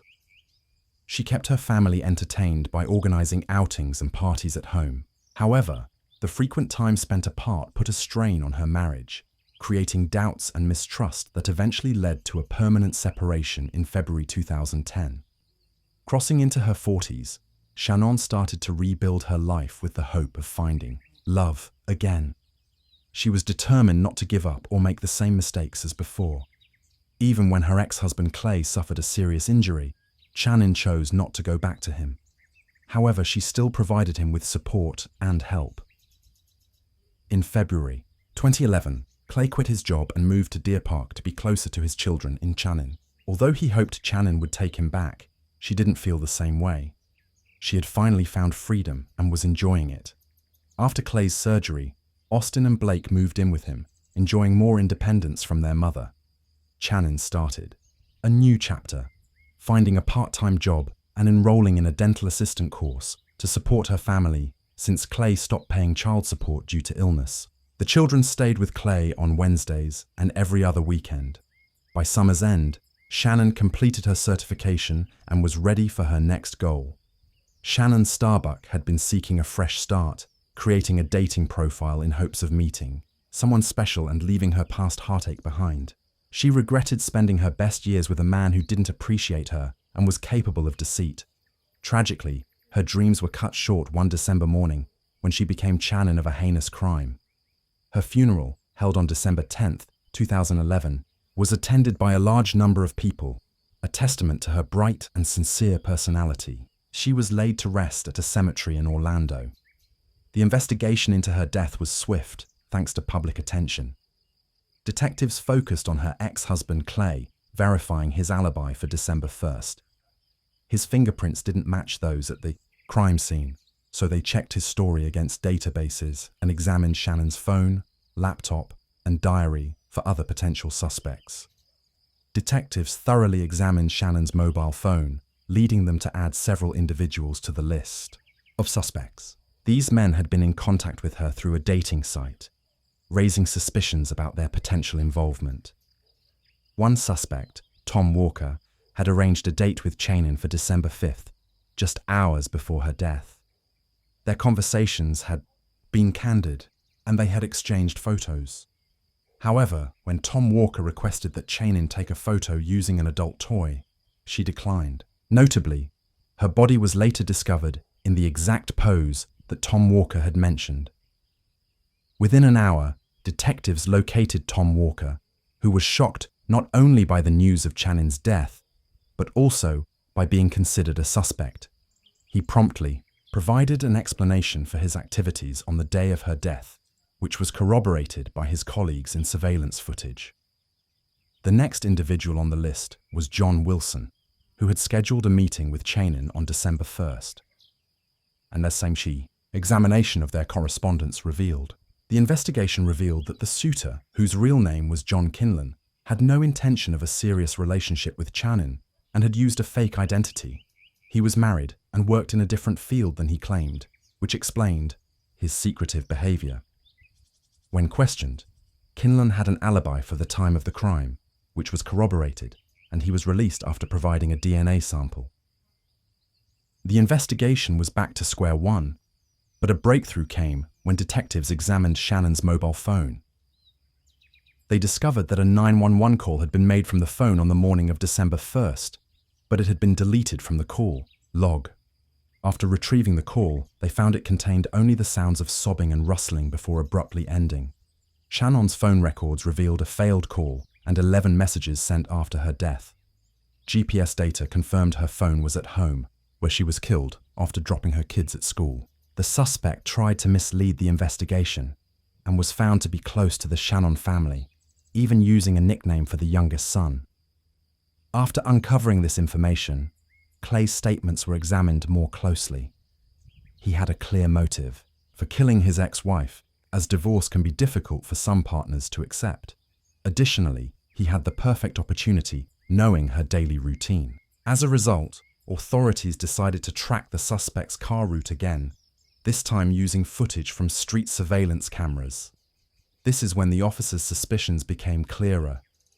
It turned out that Clay's car had not broken down. At the same time, results from another analysis arrived, showing that DNA material collected from Shannon's body matched the suspect's exactly. When Shannon returned home, a heated argument broke out, which ultimately led to her death. The unusual position of her body was a deliberate act of vengeance by Clay, who was enraged by her newfound freedom. After the murder, Clay stayed in the house and impersonated Shannon in text messages. It became clear that his intentions to harm her may have been long-standing. A friend's conversation with detectives took on new significance, revealing that Clay and Shannon's relationship was troubled. Shannon had confided in friends that she was tired of Clay's controlling behavior and criticism, and had feared he might harm her if she ever left him. In fact, Shannon had contacted the police multiple times between June and November 2011, reporting that Clay was stalking her and making her feel unsafe in her own.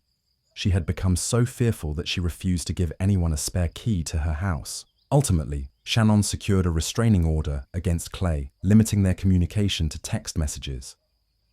A thorough examination of her diary revealed that she not only feared her former lover, but also believed he was manipulating their children against her.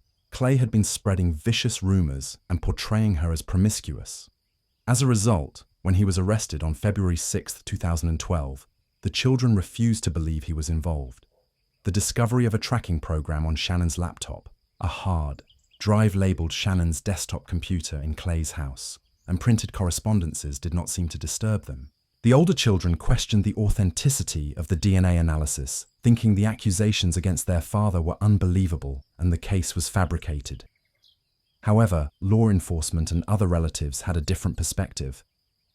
At the trial, the prosecution presented a substantial amount of physical evidence and testimonies, confidently demonstrating in June 2013, justice was served when Clay Starbucks was found guilty of first-degree deprivation of life under aggravating circumstances and disrespect to human remains. He was sentenced to life without parole. His February 2015 appeal was denied. He's serving time in Spokane County. Shannon's family grieves her loss, but the children siding with their father hurts more. His obsession led to revenge, leaving the children without a mother or father. Case of Nadine Lot. Nadine Lot was born in the late 1980s in Arlo, a town on Ireland's southeastern coast. She was the eldest child of Claire and David Lot. She has 3 younger siblings, Phoebe, Tanith, and Kayla. By the February, Nadine, 26 years old, had grown into a charismatic woman. She was eagerly planning a trip to Australia, looking forward to a vacation filled with exciting experiences, sports, new friendships. Nadine stood out from her peers with her bright smile and charming personality, which drew people to her. She had a large social circle and could easily connect with anyone. However, beneath her outgoing exterior, Nadine was a sensitive and vulnerable person who always tried to see the best in others. She cherished her family, who had loved and supported her throughout her childhood. Nadine discovered a passion for photography, capturing life's fleeting moments to preserve the world's beauty. This hobby eventually turned into a career, and she became a successful beautician, helping others enhance their natural beauty. Nadine experienced some difficulties in her personal life. She wasn't eager to settle into a serious relationship, preferring to enjoy her independence and spend time with friends. This desire for freedom led her to take a trip to Australia, where she was attracted by the warm climate, stunning beaches, exotic landscapes, finding everything fresh and romantic. Nadine met Daniel Murtaugh in Australia, and it was as if they were polar opposites. While Nadine was outgoing and lively, Daniel was quiet and reserved, with piercing eyes and a toned physique that immediately caught her attention. Despite their differences, they felt an instant and inexplicable connection, sharing common interests and a deep sense of intimacy. As they spent more time together, their days were filled with unforgettable experiences and memories. They strolled along stunning beaches, explored the crystal-clear waters, and shared their deepest dreams and secrets. Nadine was captivated by Daniel's surfing skills, and he was drawn to her carefree spirit, genuine nature, and infectious laughter. Their connection grew stronger with each passing day, unencumbered by any barriers or reservations. Daniel, a few years Nadine's senior, hailed from Diane, a suburb of Dublin, where he worked as a window fitter and lived with his family. Nadine viewed it as a casual fling without any serious commitments. Phoebe was the first to discover Daniel. Shortly after, Claire, the mother, learned about the relationship from her child. Claire quickly suspected that this relationship may not be long-lasting. Nadine's life changed dramatically when she found out she was pregnant with Daniel's baby. A few months later, Daniel attempted to rekindle their relationship and start a family, but it ultimately didn't work out. In November 2013, Nadine gave birth to a baby girl named Kia, but Daniel was noticeably absent during this significant moment. Instead, her sister Phoebe was the one who offered emotional support and remained a constant companion. Phoebe was by Nadine's side during childbirth, took the first photo of mother and daughter, and played a vital role in helping Nadine navigate the challenges of new motherhood. Nadine's pregnancy marked a turning point in her life as she transitioned into her new role as a mother. Despite the difficulties she faced, Nadine found solace in Phoebe's unwavering support and love. Nadine's story is a poignant reminder of the complexities of love and relationships. Although her relationship with Daniel was unfulfilling and lacked deep emotional connection, Nadine was determined to provide a stable and loving environment for her daughter. But Daniel failed to take responsibility for his actions and showed no interest in being a devoted father, leaving Nadine to raise Kia on her own. Nadine had always tried to provide the best life for her daughter Kia. In February 2016, she wanted to build a home with her loved ones, so she rented a house where everyone could live together as a family. However, her hopes were crushed when Daniel Kia's father failed to move in with them. This realization marked the end of Nadine's. Daniel's constant absence and broken promises had left her emotionally drained, so she made the decision to end their relationship and start a new chapter in her life. Despite their separation, Nadine had held on to the hope that Kia would still be able to maintain a relationship with her father. Claire, Nadine's mother, had a more realistic view of Daniel's. His love for boxing was a higher priority for him than his family. In contrast, Nadine remained devoted to her daughter, Kia, providing her with the love, care, and support she required. As Kia grew up without her father, she had her mother as a role model, teaching her to persevere through challenges. In October 2019, Claire suggested that Nadine celebrate her birthday in Rome. During the trip, Nadine's daughter, Kia, also referred to as Nine, confided in her mother about the struggles she was facing in her life. Nadine had moved on from her relationship with Daniel and was thriving as a single mother. She enjoyed her job, took pride in her accomplishments, and was happy with her life. Her future looked promising, especially after being offered a modeling job. Her happiness was short-lived when she discovered that Daniel continued to make unfulfilled promises to visit their daughter, Kia, in Ireland. When Daniel requested a meeting to give Nadine money for Kia, she was skeptical, suspecting that he just wanted to see her, not their daughter. She agreed to his request, but only because she didn't want Kia to think poorly of him. Nadine still held on to the hope of creating a real family, despite the increasing impossibility of it. To shield Kia from disappointment and pain, Nadine made excuses for her father's absence. She wanted to protect her daughter from Daniel's irresponsibility and neglect. Meanwhile, Daniel was reluctant to let Nadine go and was fearful that she might start dating other men. As a result, Nadine felt forced to keep her personal life hidden from him to avoid his controlling behavior and threats. In February 2019, Nadine Lot's life drastically changed after she ended her relationship with her partner, Daniel. She started dating a new partner from Turkey, but her attempts to keep this relationship private were unsuccessful. Daniel discovered Nadine's new partner and became furious, sparking a series of stalking incidents that caused her immense distress. On December 5th, Nadine sent a clear message to Daniel, stating that their relationship was over and demanding that he stop harassing her. She believed this would finally bring an end to the toxic relationship. However, on December 13th, Nadine asked Daniel to watch their child, Kia, while she attended her aunt's birthday celebration at a local pub. Daniel agreed to watch Kia at his home in Condan, a different location from where Nadine lived, which was in Wicklow.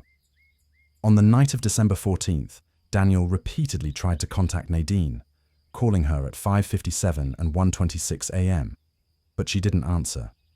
He eventually sent her a message asking her to return home soon.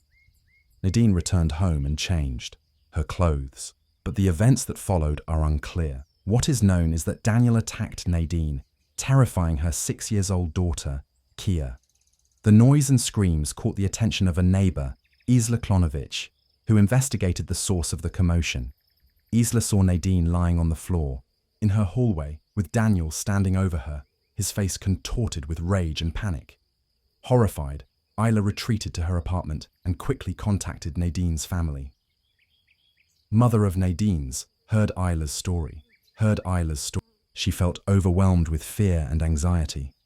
Daniel fled the scene in his Volvo, leaving behind a trail of dust and blood. When Claire rushed into Nadine's apartment, she was met with a disturbing sight. The walls and broken glass were covered in blood splatters, reflecting the horrific events that had unfolded. But the situation was far from over. It was now 950 mm. Claire, Phoebe, and Kyle walked into the kitchen and were shocked by what they saw. Nadine's body was lying on the floor, brutally mutilated and showing no signs of life. Meanwhile, about 20 miles away in the town of La, Daniel lost control of his car and crashed into a ditch. Miraculously, he escaped with only minor scratches. John Beck Ken stumbled upon the wreckage and was shocked by the scene. A car with broken headlights, shattered glass, and a lone vehicle, lying in a ditch. His initial thought was that the driver had been drinking after a Christmas party, but as he approached the car, he was surprised to find it empty. Suddenly, Daniel emerged from the fog, his eyes vacant, his body shaking, and his clothes covered in blood. Daniel confessed to the crime in a despairing tone to a witness. He was then taken to the hospital in an ambulance, repeatedly muttering that he loved Nadine, as if seeking forgiveness. Meanwhile, Nadine's apartment was in disarray. When paramedics and police officers arrived, They were met with a strong smell of blood. The walls and furniture were smeared with it, and the scene was chaotic. Paramedic Ian Clark was struck by the extent of the destruction. Broken dishes, shattered glass, and bloody footprints indicated that a violent crime had occurred. Phoebe and Kyle rushed Nadine to urgent care after a severe accident, where medical professionals were able to save her life despite her critical injuries, which had left her unconscious. Nadine was rushed to St. Vincent's Hospital, where she was admitted to the intensive care unit. Doctors documented severe injuries to her head, neck, and chest at 10:58 a.m. Her condition was critical, with 64 found on her body, the cause of which was unclear. Nadine received multiple blood transfusions, but her condition remained critical. Claire hoped that Nadine would recover. Claire stayed by her daughter Nadine's side in the hospital, bringing comfort with familiar items from home like family, photos, Nadine's favorite perfumes, and cherished toys. Despite the doctor's bleak outlook, Claire was resolute in her support, believing that her love and care would help Nadine navigate the challenging road to recovery. Meanwhile, Daniel was scheduled to appear in court on December 16th. The court decided to hold him in custody until his trial. On the same day, Claire accompanied Nadine to a follow-up examination to assess the damage to her brain. Claire prayed that Nadine would find the strength to pull through. Tragically, Nadine's injuries were too severe, and she passed away on December 17th between 3 o'clock and 4 p.m. without ever regaining consciousness. Irish Police Colonel Dean McCarthy described the violent crime as one of the most brutal he had ever witnessed. After the murder, Chief State Pathologist Dr. Linda Mogan performed the autopsy at the City Funeral Home on December 18th.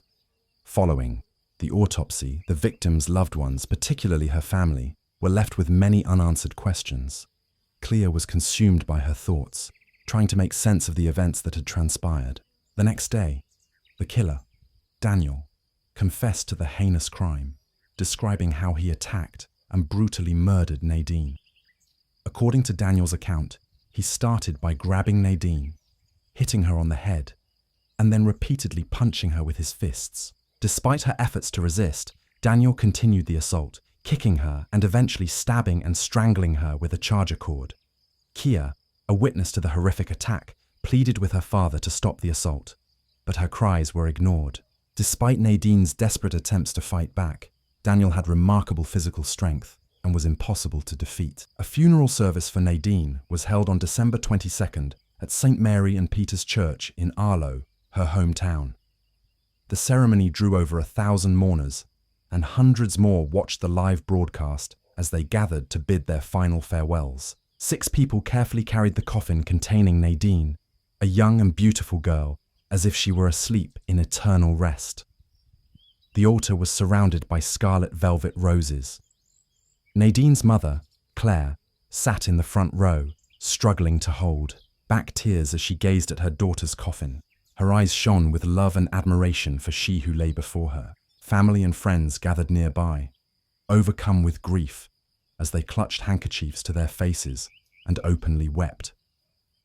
David Lot, Nadine's father, stepped forward, his voice shaking with sorrow, and tearfully placed one of Nadine's elegant handbags beside the coffin. Nadine had a remarkable ability to turn anything into a stunning fashion accessory that perfectly matched her one-of-a-kind style. Next, Kyle, a close family friend, approached the altar, holding a photograph of Nadine and beaming with happiness as they hugged each other. Kia, confused and grief-stricken, clung to her mother's side, unable to comprehend the loss she had suffered. Phoebe, Nadine's sister, brought a pair of shoes to the altar, the very ones Nadine had been planning to wear to her prom. Overwhelmed with emotion, Phoebe struggled to hold back her tears. Tanith, another close friend, carefully placed a photo album on the altar filled with cherished memories of Nadine's carefree days, joyful parties, and radiant smiles. These memories would remain with them forever, a poignant reminder of the happy times they had shared with Nadine. With genuine empathy on his face, priest Michael Moore led the ceremony with heartfelt words of eternal life. and hope that soothed the grieving family and friends. Looking directly at Kia, he voiced gratitude for the immense joy she had brought Nadine during her life, wishing that Kia's own life ahead be one rich with care, protection, and enduring love. He reassured Kia that her mother's loved ones would always be there to protect her from harm, serving as her guardian angels. Nadine's sisters, Phoebe and Tanith, tearfully bid their final farewell, overcome with grief at the loss of their beloved sister. The ceremony concluded with the playing of funeral music, after which Nadine's coffin was laid to rest in the San Gabriel Cemetery. As her loved ones said their final goodbyes, they took comfort in knowing that Nadine's soul was at peace. Tragic case of Laura Lopez, a schoolgirl who met a gruesome end after meeting someone she thought she knew, underscores the inherent dangers of meeting strangers. Engaging with unfamiliar individuals always carries risk, especially when the encounter occurs in an environment where the other person has control. It's crucial to think about potential escape routes beforehand, and it is often wise to avoid meeting anyone who seems suspicious. While caution and foresight are commendable in theory, reality often finds people, particularly young women, hoping that nothing harmful will happen to them. Laura Lopez shared this hopeful mindset. She went on a date at night without informing anyone of her plans. Her companion was 10 years her senior, but attended the same school, which led Laura to trust him. Tragically, after that night, she was never seen alive again. 3 days later, local fishermen discovered her dismembered remains. Horrifying and unexpected find. This incident occurred in 2019 and startled Argentina, becoming widely covered by the media. The narrative of a schoolgirl who sneaked out at night, only to be found in pieces, serves as a grim reminder of the perils young individuals face. Marks on her body indicated that she endured severe suffering before succumbing to her fate. Examining how Laura found herself in such perilous circumstances, and considering whether this tragedy could have been prevented, is vital for understanding and preventing similar future incidents. Laura C.L. Lopez entered the world on September 11, 2001, in Nen Province, situated in the southwestern region of Argentina. She was born much later than her siblings. At her birth, her twin sisters, Damaris and Melissa, were already 18 years old, and they had passed the age of 40. Laura's arrival was nothing short of a miracle, and from her first day, her family cherished her deeply. Tragically, when Laura was just 3 years old, her mother succumbed to a long-standing illness. Her father struggled immensely with this loss, descending into profound depression, which led to alcohol abuse. Responsibility for Laura's care fell on her older sister's shoulders. Although still quite young themselves, they had to mature quickly and balance their studies with work and raising their younger sister. Before we dive in, don't forget to subscribe to our new channel, where we uncover captivating and chilling cold cases that will keep you on the edge of your seat. You won't want to miss the twists and turns we have in store. Let's continue. In her formative years, Laura exhibited a sociable and engaging personality. She had numerous friends and always managed to connect well with others. Creativity was one of her strengths. She even played the guitar. During high school, she took on part-time work, not only to assist her family financially, but also to earn some pocket money for personal expenses. She sold street food and endeavored to save whatever little she could for university. By the time she turned 17, Laura resided with her father and one of her elder sisters, along with her sister's husband and children, in the same household. She frequently looked after her nephews, helping them with homework and ensuring their well-being. Harbored aspirations of obtaining a university degree, securing meaningful employment, and one day starting a family of her own. However, Laura's promising life met an abrupt and tragic end under profoundly shocking circumstances that left everyone devastated. On Thursday, September 12, 2019, Laura followed her usual routine. She returned from school and assisted her sister with the nephews. While preparing lunch for the entire family, they engaged in conversation, made plans for the weekend, and decided to visit the park with the children. In the late afternoon, Laura received a call from her school friend, Cecilia, who suggested they meet. Laura agreed. At approximately 9 p.m., Laura arrived at Cecilia's house, which was located just a couple blocks from her own residence. For about 2 hours, they sat in the kitchen sharing a bottle of wine they had discreetly purchased. They discussed recent news and exchanged gossip. The friends also took several pictures together and posted them on their social media accounts. Close to midnight, they bid each other goodbye and Laura headed home. Upon returning home, her sister, Melissa, confirmed that Laura was back before going to bed herself. However, despite the late hour, Laura remained in her room, scrolling through social media feeds, checking emails, and chatting with friends on various messaging platforms. The next morning, as Melissa prepared for work, she noticed that her younger sister did not attend breakfast. She glanced into Laura's room and noted that she was missing, but assumed Laura had left early in a hurry. During lunch that day, a concerned Cecilia contacted Melissa to inquire about Laura's well-being. This inquiry puzzled Melissa greatly, and upon learning that Laura did not attend school and her phone was inactive, she became alarmed. As it transpired, nobody had seen Laura since the previous night. Her whereabouts were unknown, and contacting her phone proved impossible. She had returned home after midnight and went to her room, which could only indicate that Laura had left later. The pressing question was, where did she go? There was nothing amiss or alarming in Laura's room.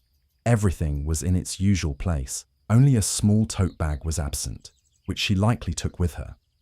Her phone, an item she always had with her, was also missing. Her last activity on social media was recorded at 3 a.m. Melissa promptly contacted Damaris and relayed all the details. Subsequently, the sisters headed to the police station together to report her as missing. Despite the women's evident concern, the police did not regard the situation with urgency. It appeared that Laura may have left home voluntarily during the night. According to the police assessment, were no indications of immediate danger to her well-being. Official efforts to locate Laura would commence only if she failed to return within a day. Determined not to squander precious time, the sisters chose to initiate their own search efforts immediately. They reached out to Laura's friends and acquaintances in an attempt to gather any information regarding her possible location. Additionally, they disseminated information about Laura on social media platforms and appealed for public assistance in both searching for her and distributing notices. On Saturday, the girl was still unaccounted for.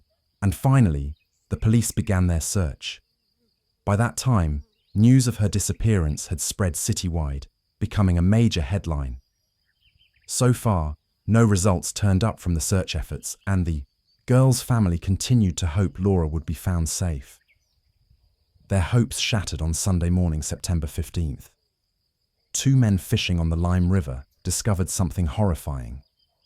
When they pulled a strange object from the water using a net, they were shocked to find part of a human leg. A few feet away, near the breakwaters, floated several more body parts.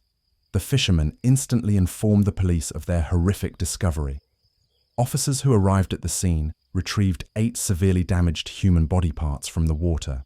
It was apparent these remains belonged to a young girl, yet identification was difficult due to prolonged exposure in water. The nature of the injuries suggested that someone unfamiliar with human anatomy, but skilled with cold weapons and possessing significant physical strength, had dismembered the body. Moreover, it appeared that the killer intentionally disfigured the victim's face to complicate identification. Divers found a large butcher knife at the bottom of the river nearby, likely used in committing this crime. However, any fingerprints or traces of blood were washed away by water. Nonetheless, investigators attached this weapon as crucial evidence in their case file. About a mile from where they found the body parts, police discovered torn clothes, underwear, 1 sneaker, and a tote bag belonging to a woman. Officers quickly speculated these remains might belong to the missing girl, who had been sought after by everyone in town for 3 days. The last doubts vanished before conducting DNA tests, when her relatives identified these items as Laura's possessions with certainty. This set off an intense investigation, focused on bringing justice for Laura and solving this tragic case professionally and efficiently. According to the autopsy results, the cause of death for the girl, a closed traumatic brain injury, which led to severe hemorrhaging. Experts also determined that the killer had brutally assaulted the girl before her death. This was evidenced by specific injuries in her private areas. After sustaining the head injury, Laura did not die immediately. She remained alive for approximately 3 hours. During this time, proper medical care had been provided. It is highly high she would have survived. Experts identified hematomas and other injuries sustained while she was still conscious. These findings suggest she attempted to defend herself against a stronger assailant. Laura suffered several knocked-out teeth, broken ribs, and significant bruising on her wrists indicative of being forcibly restrained. At the initial stages of the investigation, Laura's family, close friends, and classmates were interviewed. None were included in the suspect list. However, the scenario shifted notably once detectives retrieved data from Laura's phone. It was discovered that around 3 a.m., while at home, Laura received messages from a man proposing a meeting. The suspect was identified as Alfredo Emilio Escobar, aged 28. He lived close to Laura's residence. Although they attended the same school and shared mutual acquaintances due to overlapping social circles, they did not interact frequently given their age gap and varying interests. The primary suspect, Escobar, is employed as a mechanic and is characterized by his tall stature and notable strength. He holds a reputation in the city as an enthusiastic partygoer, frequently attending social events that involve substantial alcohol consumption and illicit substances. When his parents traveled to visit relatives for the weekend, he would often host similar gatherings at their home. Known for being short-tempered and confrontational, Alfredo's behavior became even more aggressive and potentially dangerous when influenced by alcohol or drugs. It remains unclear why he decided to initiate contact with Laura. According to one of Laura's close friends, she had never mentioned Escobar before. On Friday night, at approximately 3:15 a.m., noticing that Laura was online, Escobar sent her a message questioning why she was still awake at such a late hour. They exchanged messages briefly, and around 10 minutes later, he proceeded to call her. Subsequently, Alfredo made 2 additional calls to Laura's phone. At that time, both were at their respective homes. However, within 15 minutes, Alfredo's phone was traced to Laura's location. They then relocated together to his residence. It appears he convinced her to accompany him and picked her up in his vehicle. By approximately 6 a.m., Laura's phone was turned off. This sequence of events raises significant concerns regarding the circumstances leading up to Laura's whereabouts being unknown following these interactions with Escobar. Lopez's phone had already been switched off, with the last recorded signal traced to Escobar's residence. Evidence suggests that the girl left willingly with her eventual killer. Her room was tidy, and she had taken her bag, packed with perfume and makeup. Laura likely viewed the situation as an adventurous escapade, expecting to return home without anyone noticing her absence. Security footage supported investigators' theories. Alfredo's pickup truck was near Laura's house. Then, moving away from it that morning, initially, there was only one person in the vehicle. On the return journey, someone else occupied the passenger seat. The following day, Escobar's phone was disconnected, making it difficult to trace his movements. Nevertheless, his car appeared on other cameras, particularly those near a bridge over the Ally River. After crossing this bridge, he turned onto an off-road path devoid of cameras. Police believe this location is where he disposed of the dismembered body parts, found a day later. Alfredo had a history of minor offenses, including fighting and substance abuse. Approximately a year ago, under the influence of illegal substances, he exceeded speed limits and collided with a police car. He attempted to flee, but was apprehended and resisted arrest, which led to his detainment at a police station. Although Alfredo faced potential imprisonment, his case mysteriously concluded with only a minor fine. Similarly, an earlier incident, involving intentional harm, did not result in criminal charges, nor did an investigation into selling illegal substances to minors. It's apparent that Alfredo's criminal past did not hinder him significantly, either due to fortuitous circumstances or powerful intervention on his behalf. Regardless of these factors, Alfredo perceived himself as untouchable and increasingly emboldened in his actions. Arrest and reconstruction followed these findings, detailing how events transpired at each step. On September 17th, a police unit approached Escobar's residence. The officers arrived just in time and apprehended the suspect along with his parents, who were loading items into a pickup truck. The family appeared to be preparing for a trip to stay with relatives at the insistence of their son. He seemed eager to leave town after hearing about the discoveries in the river. Alfredo did not resist arrest this time. Instead, he feigned ignorance, acting as if he did not understand what was happening or the charges against him. Nevertheless, his nervous demeanor betrayed him, and he promptly requested a lawyer. A medical examination revealed that Alfred had signs of a struggle on his body and several scratches. His right hand's knuckles were swollen, as though he had been involved in a physical altercation. DNA tests confirmed that traces of biological fluid found inside Laura's body belonged to Alfredo, establishing him as the perpetrator. Additionally, particles of Alfred's epithelial tissue were discovered under Laura's nails. Consequently, Escobar was formally charged with rape, murder, and dismemberment. During a search of Alfredo's bedroom, police uncovered numerous bloodstains along with the victim's fingerprints and one of her contact lenses. The most horrific discovery was made in the outbuildings behind the house. It was evidently where Alfredo had dismembered Laura's body. Blood was found everywhere, along with signs of dragging near the gate, where there were also bloody prints. Despite all this evidence, Alfredo persistently denied his guilt. However, detectives managed to reconstruct the events leading up to that tragic night and Laura's untimely death. Alfredo had erased all calls and messages from his phone in an effort to cover up any communication with Laura. His attempts were futile, though, because investigators successfully recovered all deleted information. The day before the tragedy, Alfredo discovered Laura's profile on social media and took an interest in her posts. Seeing her online on Friday night, he decided to reach out. He texted and called her, inviting her for a walk. Laura initially hesitated. Despite this, Alfredo persisted relentlessly, making 2 additional calls and then driving to her house.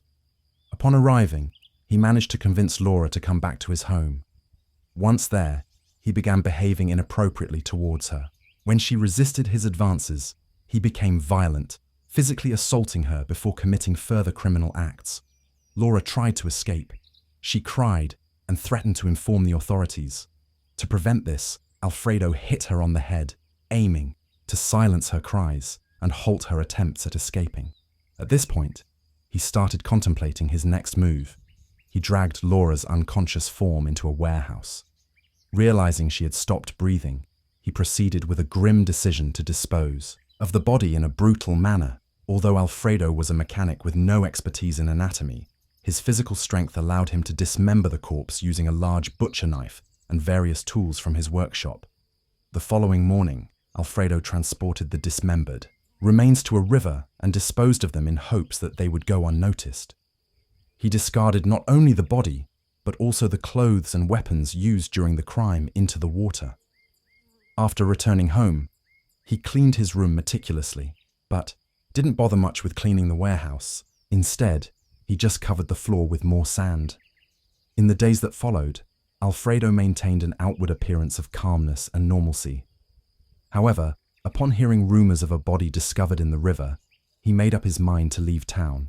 He chose to take his parents along with him, all while they remained unsuspecting of any wrongdoing on his part. Escobar's defense attorney initially requested that his client not be prosecuted until irrefutable evidence was found and DNA test results were available.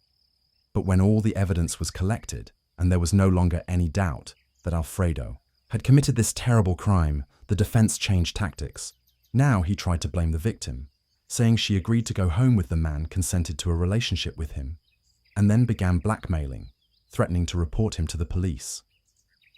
The defense's evidence was very unconvincing, and the defendant's attempt to feign mental illness failed miserably. All the evidence and the nature of the defendant's behavior show he was clearly aware of the crime he was committing, and then tried to cover his tracks. The victim's blood and DNA were found in his room, in an outbuilding on the property, in the cab of his car, as well as in the back of his pickup truck. Alfredo's ex-girlfriend also appeared in court and reported his addiction to illegal substances and violent tendencies. According to her, when they were dating, the man repeatedly used violence against her and also stole money from her wallet to spend on banned substances. Finally, Escobar was found guilty of all charges against him and sentenced to life in prison without parole. The man pleaded not guilty, showed no remorse for what he had done, and did not apologize to the family of the murdered girl.